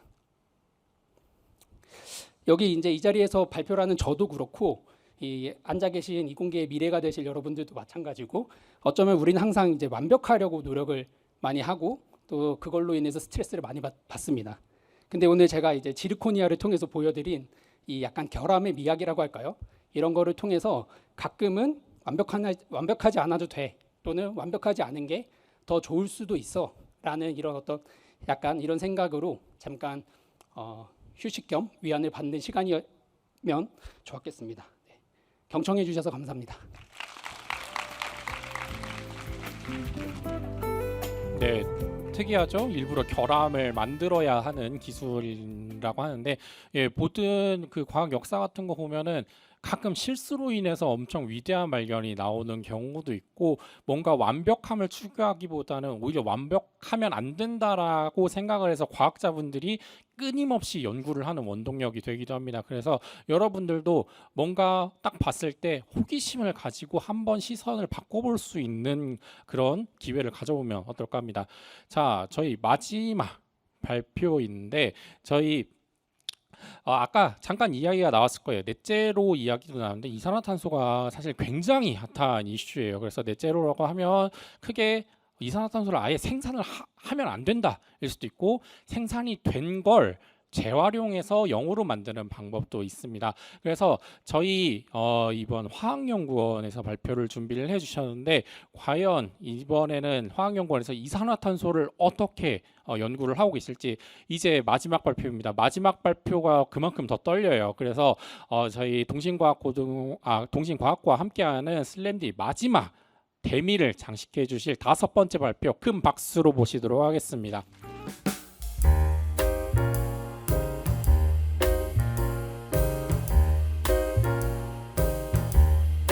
예, 안녕하세요. 아유, 많이 기다렸어요. 저기 앞에서 잘 설명을 해주셨는데, 제가 이제 제목을 정하다 보니까 이렇게 이제 좀 극단적으로 정하긴 했는데, 이게 이제 사실 굉장히 심각한 문제거든요. 근데 이제 이 부분을 우리가 그냥 기후 변화라고 그냥 지나쳐 버리면 안 된다는 그런 하나의 제가 좀 경고 메시지 겸, 그리고 이제 어떤 솔루션이 있느냐 이런 것들을 좀 설명하기 위해서 제가 이렇게 준비를 했습니다. 이게 좀 약간 극단적인 그런 슬라이드인데요. 우리가 지구 환경이 변하면서 사실 저기 보면은 굉장히 그 무서운 얘기가 있죠. 멸망, 멸종 뭐. 근데 이것들이 지금 유엔에서 논의되고 있는 부분이에요. 그러니까 우리만의 문제가 아니고 전 지구적인 문제인데, 이것들을 우리가 기후 변화를 무시하고 지금 그냥 뭐 남이 해결해 주겠지 하면은 사실 여기 있는 여러분들이나 저나 앞이 없습니다. 미래가 없어요. 그러니까 그만큼 이게 이제 중요하고 심각하게 받아들여야 되는데, 사실 기후 변화에 대해서 정치적으로 이슈가 된 거는 2018년도예요. 그 전부터 과학자들은 연구를 많이 했습니다. 근데 정치적으로 다루다 보니까 이제 사회적인 문제가 되고 지금 요즘에 들어서 앞에서 좋은 말씀 많이 해주셨는데 여러 가지 어떤 그런 현상들이 많이 나타나는 거죠.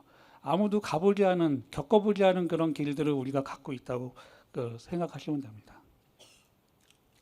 기후변화와 깨끗한 공기라고 저희가 얘기했는데 우리나라도 이제 선진국 대열에 들어갈 만큼 이렇게 이제 경제가 발전하고 살다 보니까 예전에는 먹고 사는 문제 때문에 다른 생각을 많이 못했는데 요즘은 이제 그런 생각을 많이 해요. 건강에 대해서도 많이 생각하고 그것 때문에 이제 환경에 대해서도 고민을 많이 하죠.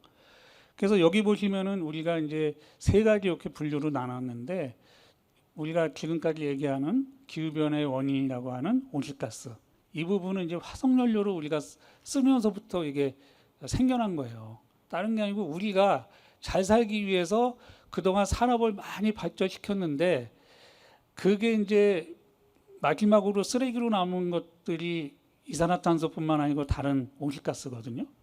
그런 것들 때문에 이제 기후 변화가 오는 거고요. 그 다음에 이제 우리가 다루는 게 대기 오염 문제로 미세먼지죠. 그리고 냄새, 악취 이런 것들이 우리의 굉장히 큰 지금 이슈가 되고 있습니다. 그래서 오늘은 제가 이제 온실가스에 대해서 말씀을 드리고요. 시간 관계상 요 세 가지가 다 관련이 있습니다. 사실 미세먼지도 이 대기가 이렇게 잘 순환이 돼야 되는데 기후 변화 때문에 순환이 안 돼요. 그렇기 때문에 정체되어 있는 겁니다. 간단하게 얘기하면 그렇고요. 그래서 미세먼지도 우리가 많이 지금 이제 접하고 있는 거죠. 이제 기후 변화의 원인이라기보다 이제 원인은 기후 변화 이렇게 돼 있는데 사실 이제 예전에 그 2006년에서 2010년까지 이제 시리아 내전이 있었습니다. 이게 이제 기후 변화 탓이라고 그래요. 그러면 난민들이 생기면서 다른 쪽으로 또 이동을 하고 계속 그러니까 난민이 왜 생겼나부터 우리가 생각하면 가뭄이 생기고 막 그러니까 다른 지역에는 물이 많고 농사도 잘 되고 거기를 이제 공격을 하는 거예요. 그래서 거기를 이제 가서 뭐 하다 보니까 서로 땅을 빼앗고 그러다 보니까 내전이 생기는 겁니다. 그래서 이제 이런 전쟁들이 기후 변화 때문에 생긴다라고 이제 다 해석을 하고 있고요. 여기 보면은 삶의 터전을 이런 기후 난민들, 그래서 테러보다 무서운 환경 변화 이렇게 돼 있죠. 이런 것들이 결국에는 기후 변화가 원인이라는 겁니다. 기후 변화를 우리가 이제 해결을 해야지 이제 되는 그런 우리가 이제 의무로 이제 책임을 갖고 있습니다. 우리가 이제 돈으로 이거를 얘기를 해야지 사람들이 이해를 잘 하거든요. 그래서 경제적인 피해를 이제 규모를 미국에서 한 연구팀이 이게 정리를 해서 보고한 적이 있어요. 이게 좀 2014년이니까 10년 전 그 자료인데 이게 전 세계 총 생산량의 11%가 이런 기후 변화 때문에 경제적인 피해를 본다라고 돼 있습니다. 이게 굉장히 큰 겁니다. 여러분들 경제적으로도 지금 굉장히 우리가 손해를 보고 있어요. 여기 지금 에어컨 우리가 막 빵빵 틀잖아요. 저는 여기 앉아 있어서 굉장히 추웠거든요. 그랬는데 그 에너지나 이런 걸 쓰면서 우리가 다 경제적으로 피해를 보는 겁니다. 이게 다 여러분들이 낸 세금으로 다 이제 이게 하는 거잖아요. 그만큼 이제 간접적으로 우리가 피해를 보고 있다라고 이제 보고 있고요. 그리고 온실가스는 이제 온실가스 배출에 대한 기후 변화는 아주 잘 사는 나라하고 가난한 나라 사이에 영향이 굉장히 달라요. 이게 이제 심각한 문제가 되는 겁니다. 예. 그래서 우리나라도 기후 변화 때문에 탄소 중립을 해야 되겠다라고 선언을 했는데 우리나라는 2050년에 탄소 중립을 하겠다고 지금 선언을 했습니다. 가까운 중국은 60년. 이게 이제 사실 50년, 60년에 가서 진짜 탄소 중립이 되겠느냐라는 의문을 많이 하고 있는데 이쪽으로 가는 길은 맞죠. 그때 가서 우리가 어떻게 될지 모르겠지만 이쪽으로 가야지 우리도 이제 살 수 있다라고 지금 절실한 마음에서 지금 선언을 한 겁니다. 탄소 중립에 우리가 뭐 많이 들었죠. 탄소 중립 가다 보면은 고속도로에도 막 써 있고 막 그런데 탄소 중립을 우리가 넷제로라고 이제 얘기를 하는데 여기서 보면은 현재는 온실가스를 배출하는 게 더 많아요. 우리가 뭐 에너지라든지 산업공정, 농업, 폐기물 이런 거 다 노력을 많이 했습니다. 그래서 미래에는 어떻게 하겠냐? 우리나라 같으면은 50년에 이거를 이제 배출하는 거나 흡수되는 거나 갖게 하겠다. 근데 우리가 지금 갖고 있는 기술, 우리의 지금 이제 우리가 할 수 있는 사람이 할 수 있는 거를 보면은 현재 아무리 생각해도 나무를 많이 심는, 나무가 이산화탄소를 많이 흡수하잖아요.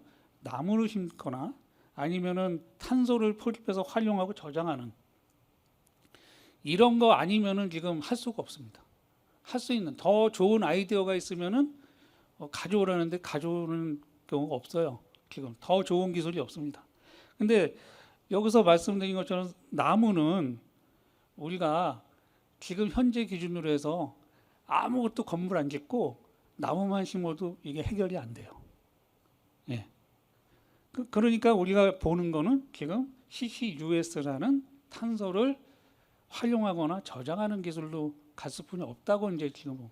근데 이 기술이 녹록지가 않아요. 사실 우리 지금 석유화학이나 이런 데의 기술처럼 이게 우리가 지금 많이 산업적으로 활용하는 기술들이 아니거든요. 그렇기 때문에 시간은 없고 이 기술을 또 개발을 해야 되고 막 이런 어떤 그런 어려움이 있습니다.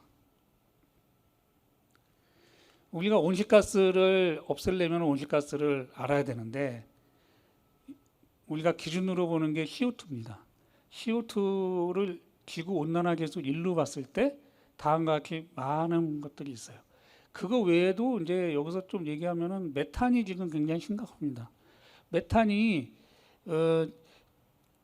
최악의 온실가스라고 그래요. 왜 그러냐면 아까 빙하 얘기를 많이 하셨지만은 빙하가 녹으면서 이 밑에 있는 이 가스 하이드레이트라고 주성분이 이제 메탄인데 이 메탄이 이제 올라오게 되는 거예요. 그래서 공기 중에 이제 메탄이 많아지면서 지구 온난화 지수가 그 이산화탄소의 21배나 됩니다. 그래서 우리가 이제 6대 온실가스라고 하는데 이 NF3가 이제 포함되면서 7대 온실가스로 이제 얘기를 많이 하고 있습니다. 이산화탄소를 우리가 보면은 탄소 하나에다가 산소가 2개 있습니다. 다 아시는 것처럼. 근데 이게 굉장히 안정해요. 연력학적으로 안정해요. 그러니까 왜 그러냐면 우리가 그 화석 연료, 그러니까 원유를 들여다가 우리가 석유화학 공장에서 다 증류를 하면은 그 저기 우리가 얘기하는 휘발유부터 해서 경유 뭐 이런 것들이 나오거든요. 그걸 다 빼면은 납사라는 게 나와요. 근데 이게 납사는 뭐냐면은 탄소가 사슬로 이렇게 쭉 붙어 있는 겁니다. 이거를 갖다가 우리가 크래킹이라는 공정을 거쳐서 이거 잘라요. 잘라서 우리가 원하는 케미칼을 만드는 겁니다. 여러분들이 지금 앉아 있는 의자부터 해가지고 여기 많은 저 섬유부터 해가지고 많은 것들을 만들어요. 그래서 우리는 편리하게 지금까지 살았습니다. 근데 결국에는 최종적으로 남는 거는 이산화탄소가 남는 거죠. 그러니까 여기 이산화탄소는 이제 에너지도 다 없고 이 상태 굉장히 안정한 상태예요. 그렇기 때문에 우리는 이제 여기서 이산화탄소의 탄소를 어떻게 하면 활용을 할까 그렇게 이제 연구를 접근하고 있습니다. 요건 아까 슬라이드가 나왔으니까 요거는 그냥 패스를 하겠습니다. 그리고 온실가스 감축은 그래서 기존에 우리가 석유를 이제 수입해서 이렇게 이제 가공하고 제품하고 폐기하는 데 나오는 이산화탄소를 이렇게 탄소 중립화 경로라고 이렇게 얘기하는데 이거를 이제 해서 수입 탄소로 이렇게 이산화탄소가 나오게 되면은 이렇게 돌려가지고 탄소로 돌려서 우리가 원하는 제품을 만들게 되면 이산화탄소가 그만큼 줄다는 이제 그런 의미가 되겠습니다. 그래서 지금은 이제 석유화학 산업을 우리가 기준으로 하면은 탄소 관련 기술을 보면은 앞서 말씀드린 것처럼 원유를 들여다가 이렇게 이제 분리를 해서 우리가 써요. 그러면 여기 납사가 있는데 납사가 결국에는 하나의 기초 유분부터 중간 원료가 되는 거거든요. 이런 걸 가지고 우리가 생활하고 있는 이 제품들을 다 이제 만들어서 적용을 하는데 이거를 이산화탄소에 있는 탄소를 활용해서 우리가 만들어 보겠다. 그러면 그만큼 우리가 이제 석유를 안 쓰겠죠. 그만큼 특히 우리나라 같은 경우는 석유를 다 수입을 하는데 그만큼을 덜 수입을 하겠죠. 그러면 그만큼 또 CO2가 덜 나오겠죠. 그래서 탄소 중립 쪽으로 우리가 이제 가보자라고 지금 얘기하는 겁니다. 예, 제가 오늘 말씀드릴 내용은 여기까지입니다. 예, 감사합니다.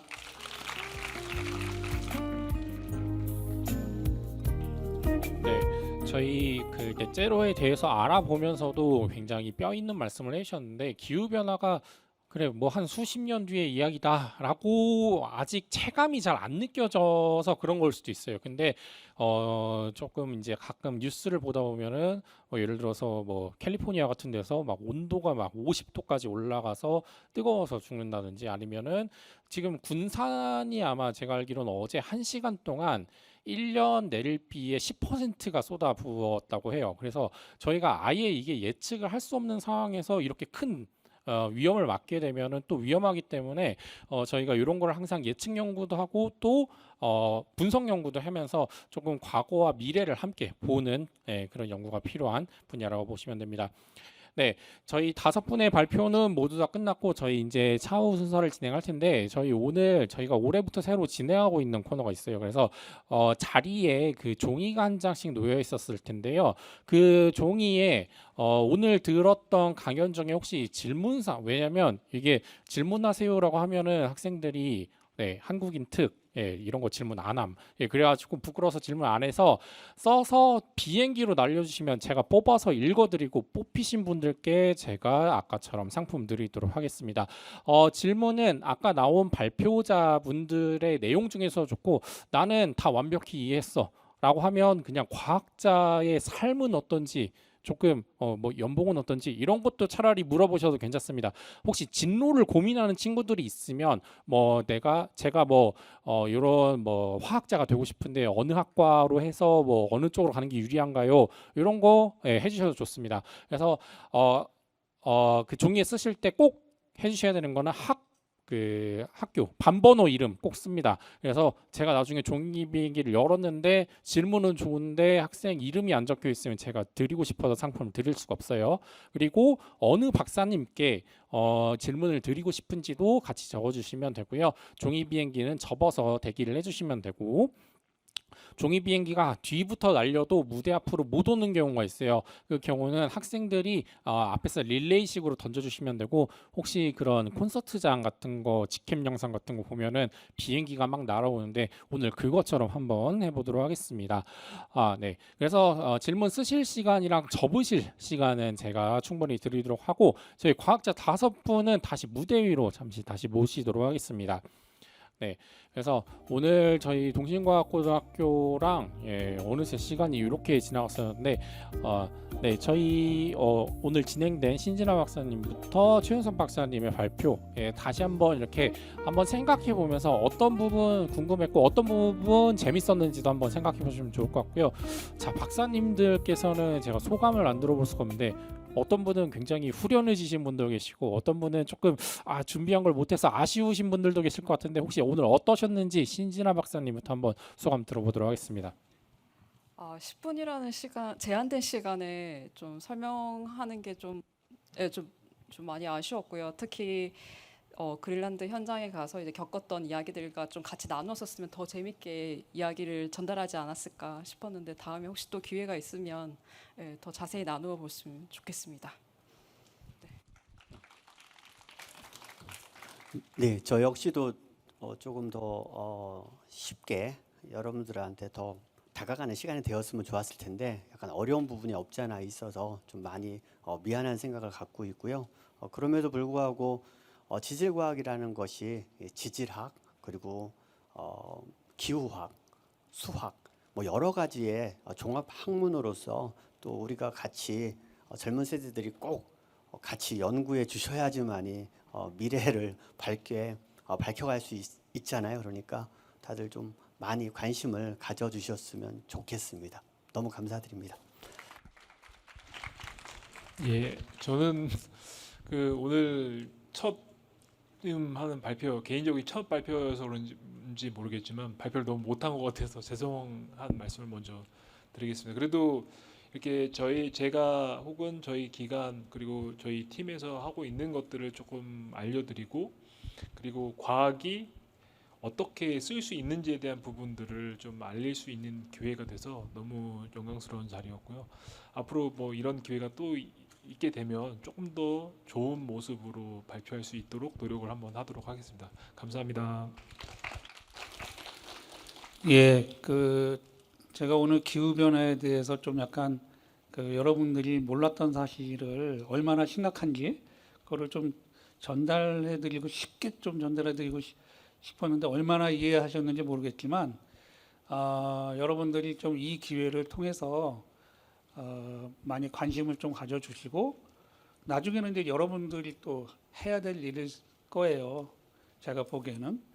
그러면은 이런 일들을 여러분들이 얼마나 또 잘할 수 있을지 그런 것도 이 기회에 한번 고민도 해보시고 그런 시간이었으면 좋겠습니다.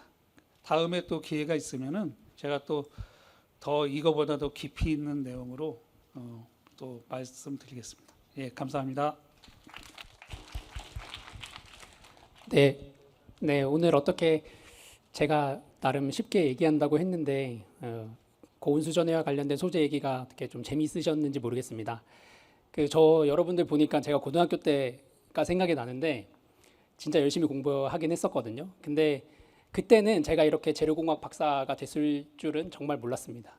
근데 우연한 기회로 접했던 이런 강연을 통해서 저는 이제 이 길에 들어서게 됐고 또 이게 박사까지 하게 됐거든요. 오늘 뭐 이런 기회들이 앞으로도 많으시겠지만 이런 다양한 강연들을 들으시면서 끌리는 분야가 있다. 그러면 적극적으로 진로에 한번 고민해 보시는 것도 앞으로 굉장히 중요한 일일 것 같습니다. 네, 감사합니다. 네.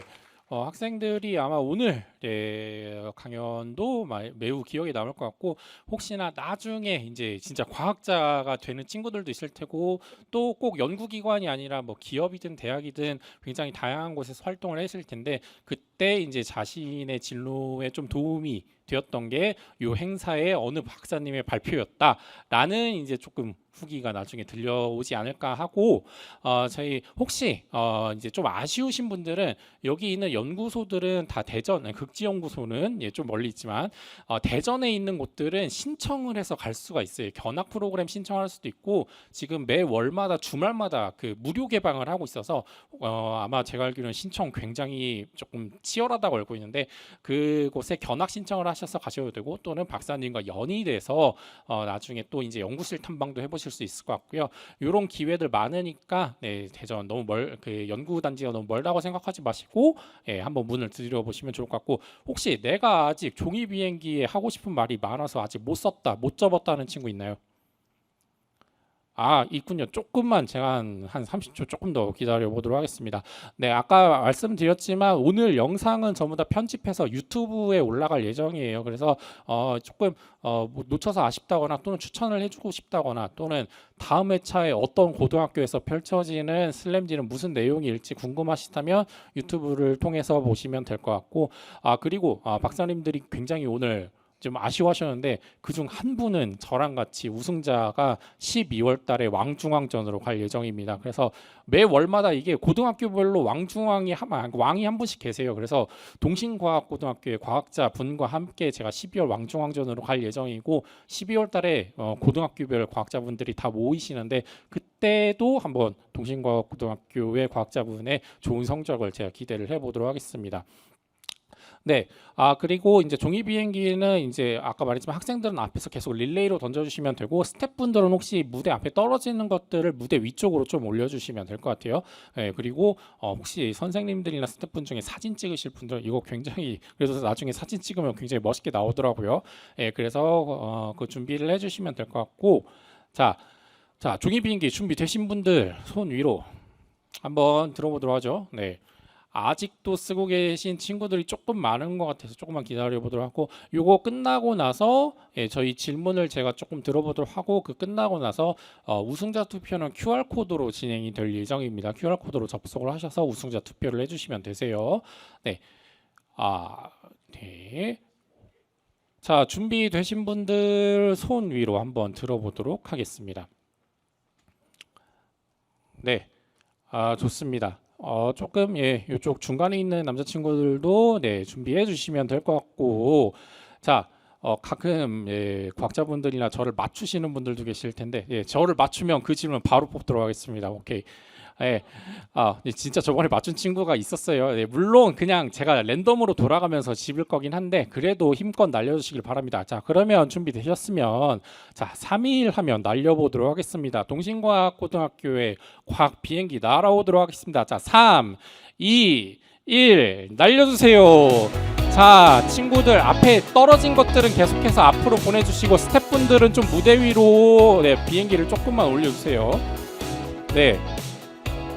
오, 좋습니다. 무대 위로 바로바로 올라오는 것들이 있는데, 아이고, 좋습니다. 제가 돌아가면서 집을 예정이에요. 네, 비행기를 요즘 친구들이 안 접어보는 친구들도 계셔가지고,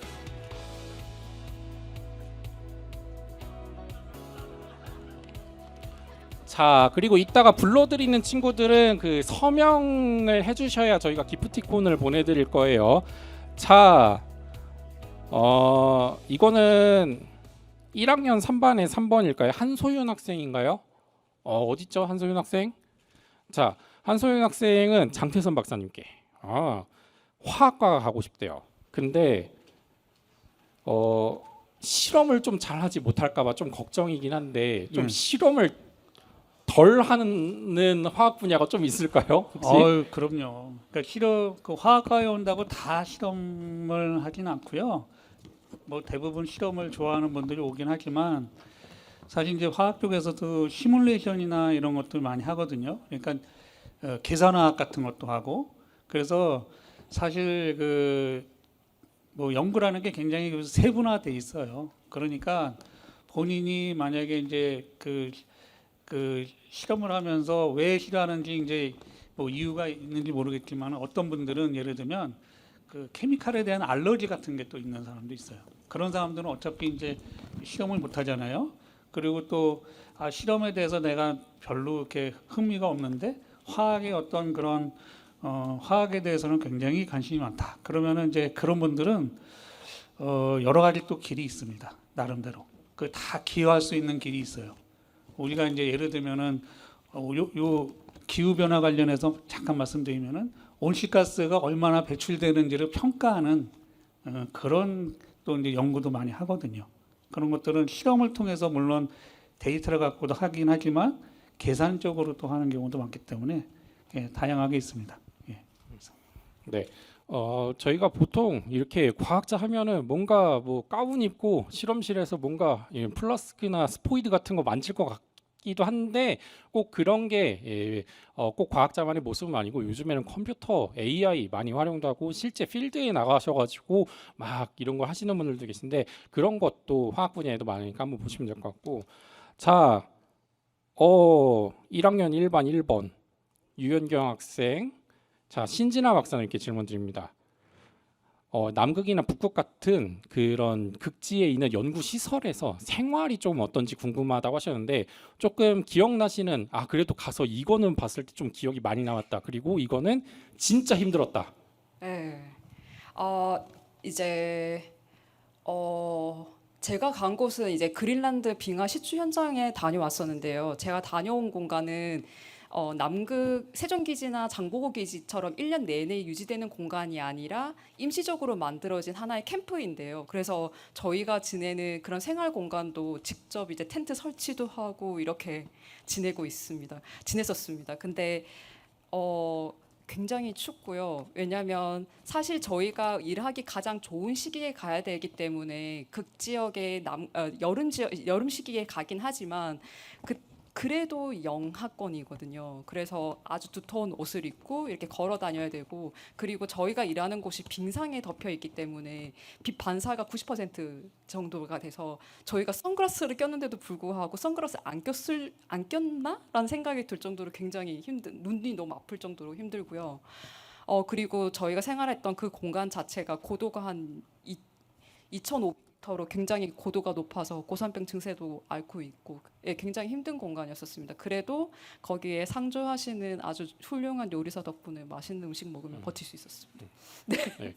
혹시 남극 가고 싶으신 친구들, 북극 가고 싶으신 친구들, 예, 좋은 팁이 되셨을 거라고 생각하고, 제가 예전에 지질련에 계신 분께 한번 들었었는데 남극 처음 갔을 때 펭귄이 굉장히 귀엽다고 하셨는데, 근데 사실 예, 대면 냄새가 너무 심해서 나중에 다가오지 않기를 조금 희망을 하셨다고 하실 정도였다고 하네요. 그래서 근데 극지에만 가면 또 볼 수 있는 진기한 광경들이 있어서 그것도 과학자로서 굉장히 좋은 경험이었다고 하시고, 자, 최윤석 박사님입니다. 자, 여기는 1학년 5번 11번 이도현 학생이 질문이고요. 자, 전기분해하는 그 물분해 방법이 효율이 가장 좋다고 했는데 현재 수준에서 좀 효율을 좀 퍼센트 수치로 나타낸다면 좀 어느 정도 수준에 와 있는지, 그리고 이제 물분해를 했을 때 수소는 만들어지는데 혹시 산소는 조금 어떻게 뭐 그냥 이제 산소 호흡하라고 냅두는 건지 아니면 그것도 또 활용 방법이 있는지 궁금하다고 하네요. 네, 굉장히 좋은 질문인데요. 일단 수전의 기술 같은 경우는 아까 효율 그 여러 가지 수전의 그러니까 그 수소를 생산하는 기술 중에서 가장 높은 효율을 가진다고 했는데 수치로는 한 40%에서 고온 수전의 같은 경우는 약 60% 정도까지 굉장히 높은 전기 효율로만 치면 거의 100%고요. 이 시스템 효율로 따졌을 때는 한 60% 정도까지 달하는 굉장히 좋은 우수한 기술입니다. 그리고 두 번째인 산소는 어떻게 하냐? 굉장히 재미난 얘기를 하나 해드리면 그 화성 탐사선을 보낼 때 이 공기가 필요하잖아요. 그때 이제 산소를 생산하려는 목적에서 이 고온 수전의 장치를 사용하는 프로젝트도 있습니다. 미국에서는 이 우주 탐사선에 이 고온 수전의 장치를 넣고 CO2를 분해해서 산소를 공급하는 이런 장치를 개발하는 프로젝트도 진행 중입니다. 이런 뭐 다양한 활용처가 있습니다. 네. 만족스러운 대답이 되셨을 것 같은데, 예, 제가 지금 종이 비행기를 굉장히 많이 열고 있는 게, 네, 빈 비행기도 말고, 네, 이건 진짜 있었던 건데 신진아 박사님 사랑해요라고 쓴 비행기도 있어서, 예, 제가 그거는 나중에 비행기를 따로 드리도록 하겠습니다. 예.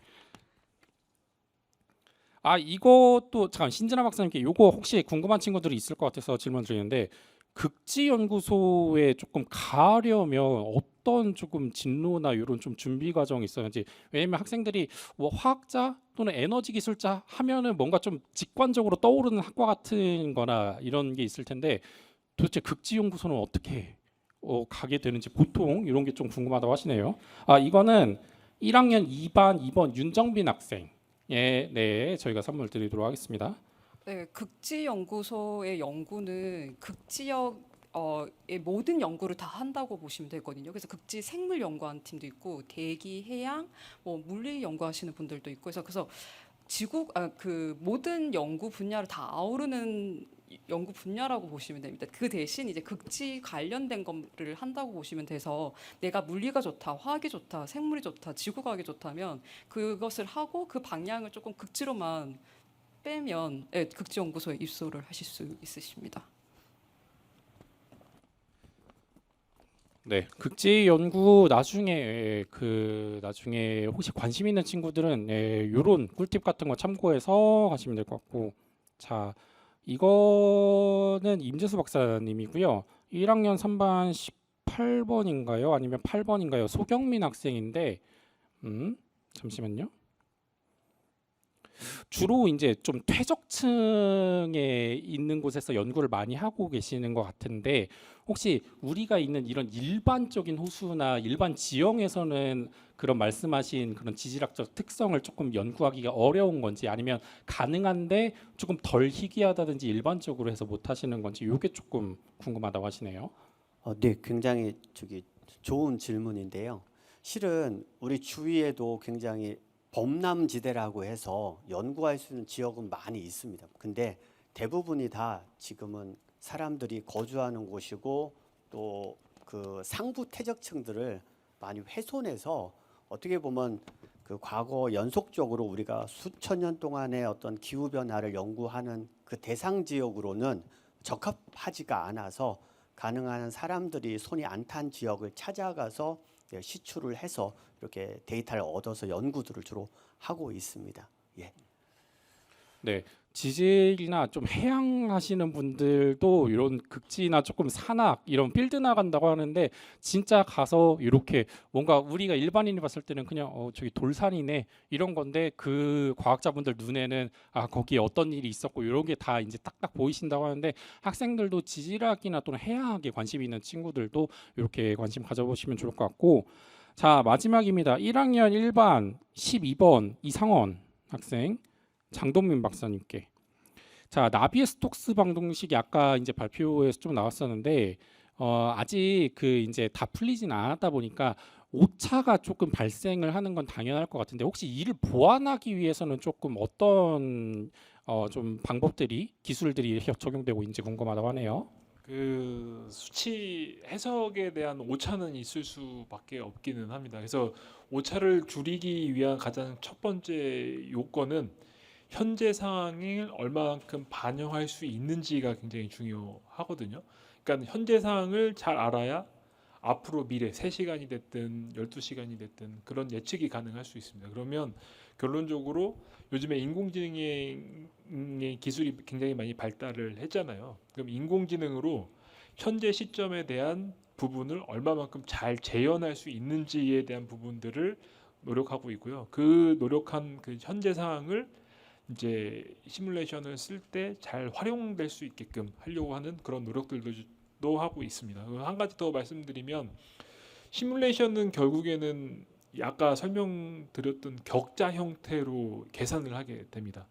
격자 형태로 계산을 하게 되는데 그럼 격자의 해상도를 계속 그러니까 예를 들면 현재는 1km였다라고 하면 그거를 100m 수준까지 줄이는 형태로 연구를 하고 있고요. 그러면 100m 수준으로 줄였을 때 어떤 물리 방정식에 대한 부분들의 가정을 해소해야 되는지 그런 부분에 대한 연구도 진행을 하고 있는 상황이라 보시면 될 것 같습니다. 감사합니다. 네, 이제는 그 나중에 이제 과학도 데이터 싸움이라고 하는데 여기 계신 분들 데이터를 직접 수집하러 가시는 분들도 계시고 또 이걸 가져와서 분석하시는 분들도 굉장히 많이 계신데 조금 더 고성능의 슈퍼컴퓨터나 고성능의 분석 툴이 필요한 시점이에요. 그래서 한국과학기술정보연구원 키스티가 그 역할을 담당을 하고 계시고 이런 시뮬레이션을 통해서 우리 기후 변화도 예측을 해보도록 볼 수 있을 것으로 기대하고 있습니다. 저희 질문들이 제가 다 뽑지 못해서 굉장히 아쉬운데 요거는 저희가 혹시 이따가 잠깐 시간 되시는 분들은 학생 뭐 질문하고 가셔도 괜찮고요. 또 이제 나중에 유튜브에 댓글로 남겨주시면은 저희가 따로 별도로 전달을 해드리도록 하겠습니다. 저희 화면만 다시 한번. 네, 자 저희 이제 질문까지 들어봤었는데. 네, 저희 잠깐만 가운데를 비우도록 하고 저희 우승자 투표를 진행을 하도록 하겠습니다. 이 QR 코드를 찍고 들어오시면은 구글 폼에 5분의 얼굴과 성함이 있을 거예요. 네, 그 중에 과학자 나만의 과학자 한 분께 투표를 해주시면 되고, 네. 보통 이건 제가 작년에도 말씀드리고 어느 무대에서나 말씀드리는데 어느 분이 질적으로 우수한 연구를 한다, 어느 분이 뭐 노벨상에 가장 가깝다, 어느 분이 비싼 연구를 한다가 아니라 오늘 나한테 기후변화를 가장 재밌고 유익하게 알려주신 과학자는 누구인지, 나한테 지식과 재미, 흥미를 모두 준 나만의 과학자는 누구인지 투표를 해주시면 됩니다. 물론 찍기 굉장히 어려우시겠지만 모두가 다 기억이 남겠지만 네, 한 분을 골라주시면 될 것 같고요. 제가 나중에 투표 결과를 보면은 진짜 근소하게 한 많아야 3표 이내 이렇게 막 갈리더라고요. 그래서 여러분의 한 표 한 표가 굉장히 중요한데 네, 투표 진행하고 네, 수집 결과 데이터가 다 수집이 됐다라고 하면은 제가 투표는 마무리를 해보도록 하겠습니다. 네. 그리고 네, 마지막 이제 우승자 소감 듣고 사진 촬영하고 끝나는 일정이고요. 학생들 오늘 점심 먹고 굉장히 이제 피곤한 상태에서 공부도 열심히 하는 과정에서 이제 강연 조금 길다면 길었는데 요거 네, 그래도 지식으로서 함께 가져가시면서 나중에 과학 계열 준비하시는데 도움이 많이 되셨으면 좋겠습니다. 네. 그리고 오늘 이제 이런 걸 듣고 나면 또 이제 나가서 비가 내리는 거나 또는 뭐 땅의 지형 같은 걸 보면서 한 번 더 생각을 해볼 수도 있을 것 같은데 그런 거 혹시 기억이 안 나시면 유튜브에서 다시 보시면 될 것 같고요. 자, 투표 결과는 혹시 거의 다 나왔을까요? 네. 투표 결과가 나왔다고 합니다. 그러면 이제 아쉽지만 저희가 한 분만 우승자로 드릴 수밖에 없어요. 제가 우승자분께는 꿈돌이 인형을 같이 드리면서 12월 왕중왕전으로 함께 가도록 할 텐데, 자, 두구두구 하는 효과음과 함께 2024년 7월 11일 동신과학고등학교 연간 기후변화 슬램디의 우승자는 과연 어느 분이실지, 어느 분이 나와도 뜨거운 박수와 함성 부탁드립니다. 자, 우승자는 이분이세요.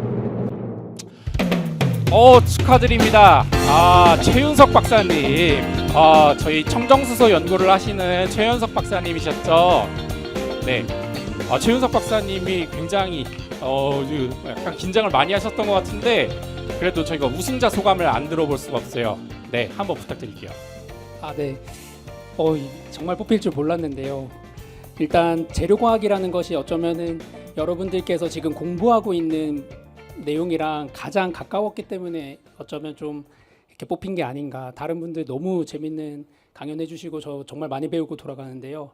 어쨌든 제가 고등학생이라 생각하고 준비했던 자료가 어쩌면 이렇게 좋은 결과가 되지 않았나라는 생각을 해봅니다. 감사합니다. 네. 네, 최윤석 박사님은 저와 함께 12월에 한 번 더 뵙도록 하고, 저희 5분의 무대의 중앙으로 다시 함께 오시면서 네, 저희가 우승자는 한 분이지만 그래도 오늘 모두 5분 모두 정말 고생을 많이 해주셨고 알찬 내용을 전달해 주셨는데, 저희 함께 조금만 더 앞으로 오실까요? 인사드리면서 동신과학고등학교와 함께한 사이언스 슬램디 57회차 기후변화편은 여기서 마치도록 하겠습니다. 그러면 인사드리면서 저희 마무리하도록 할게요. 자, 모두 감사합니다.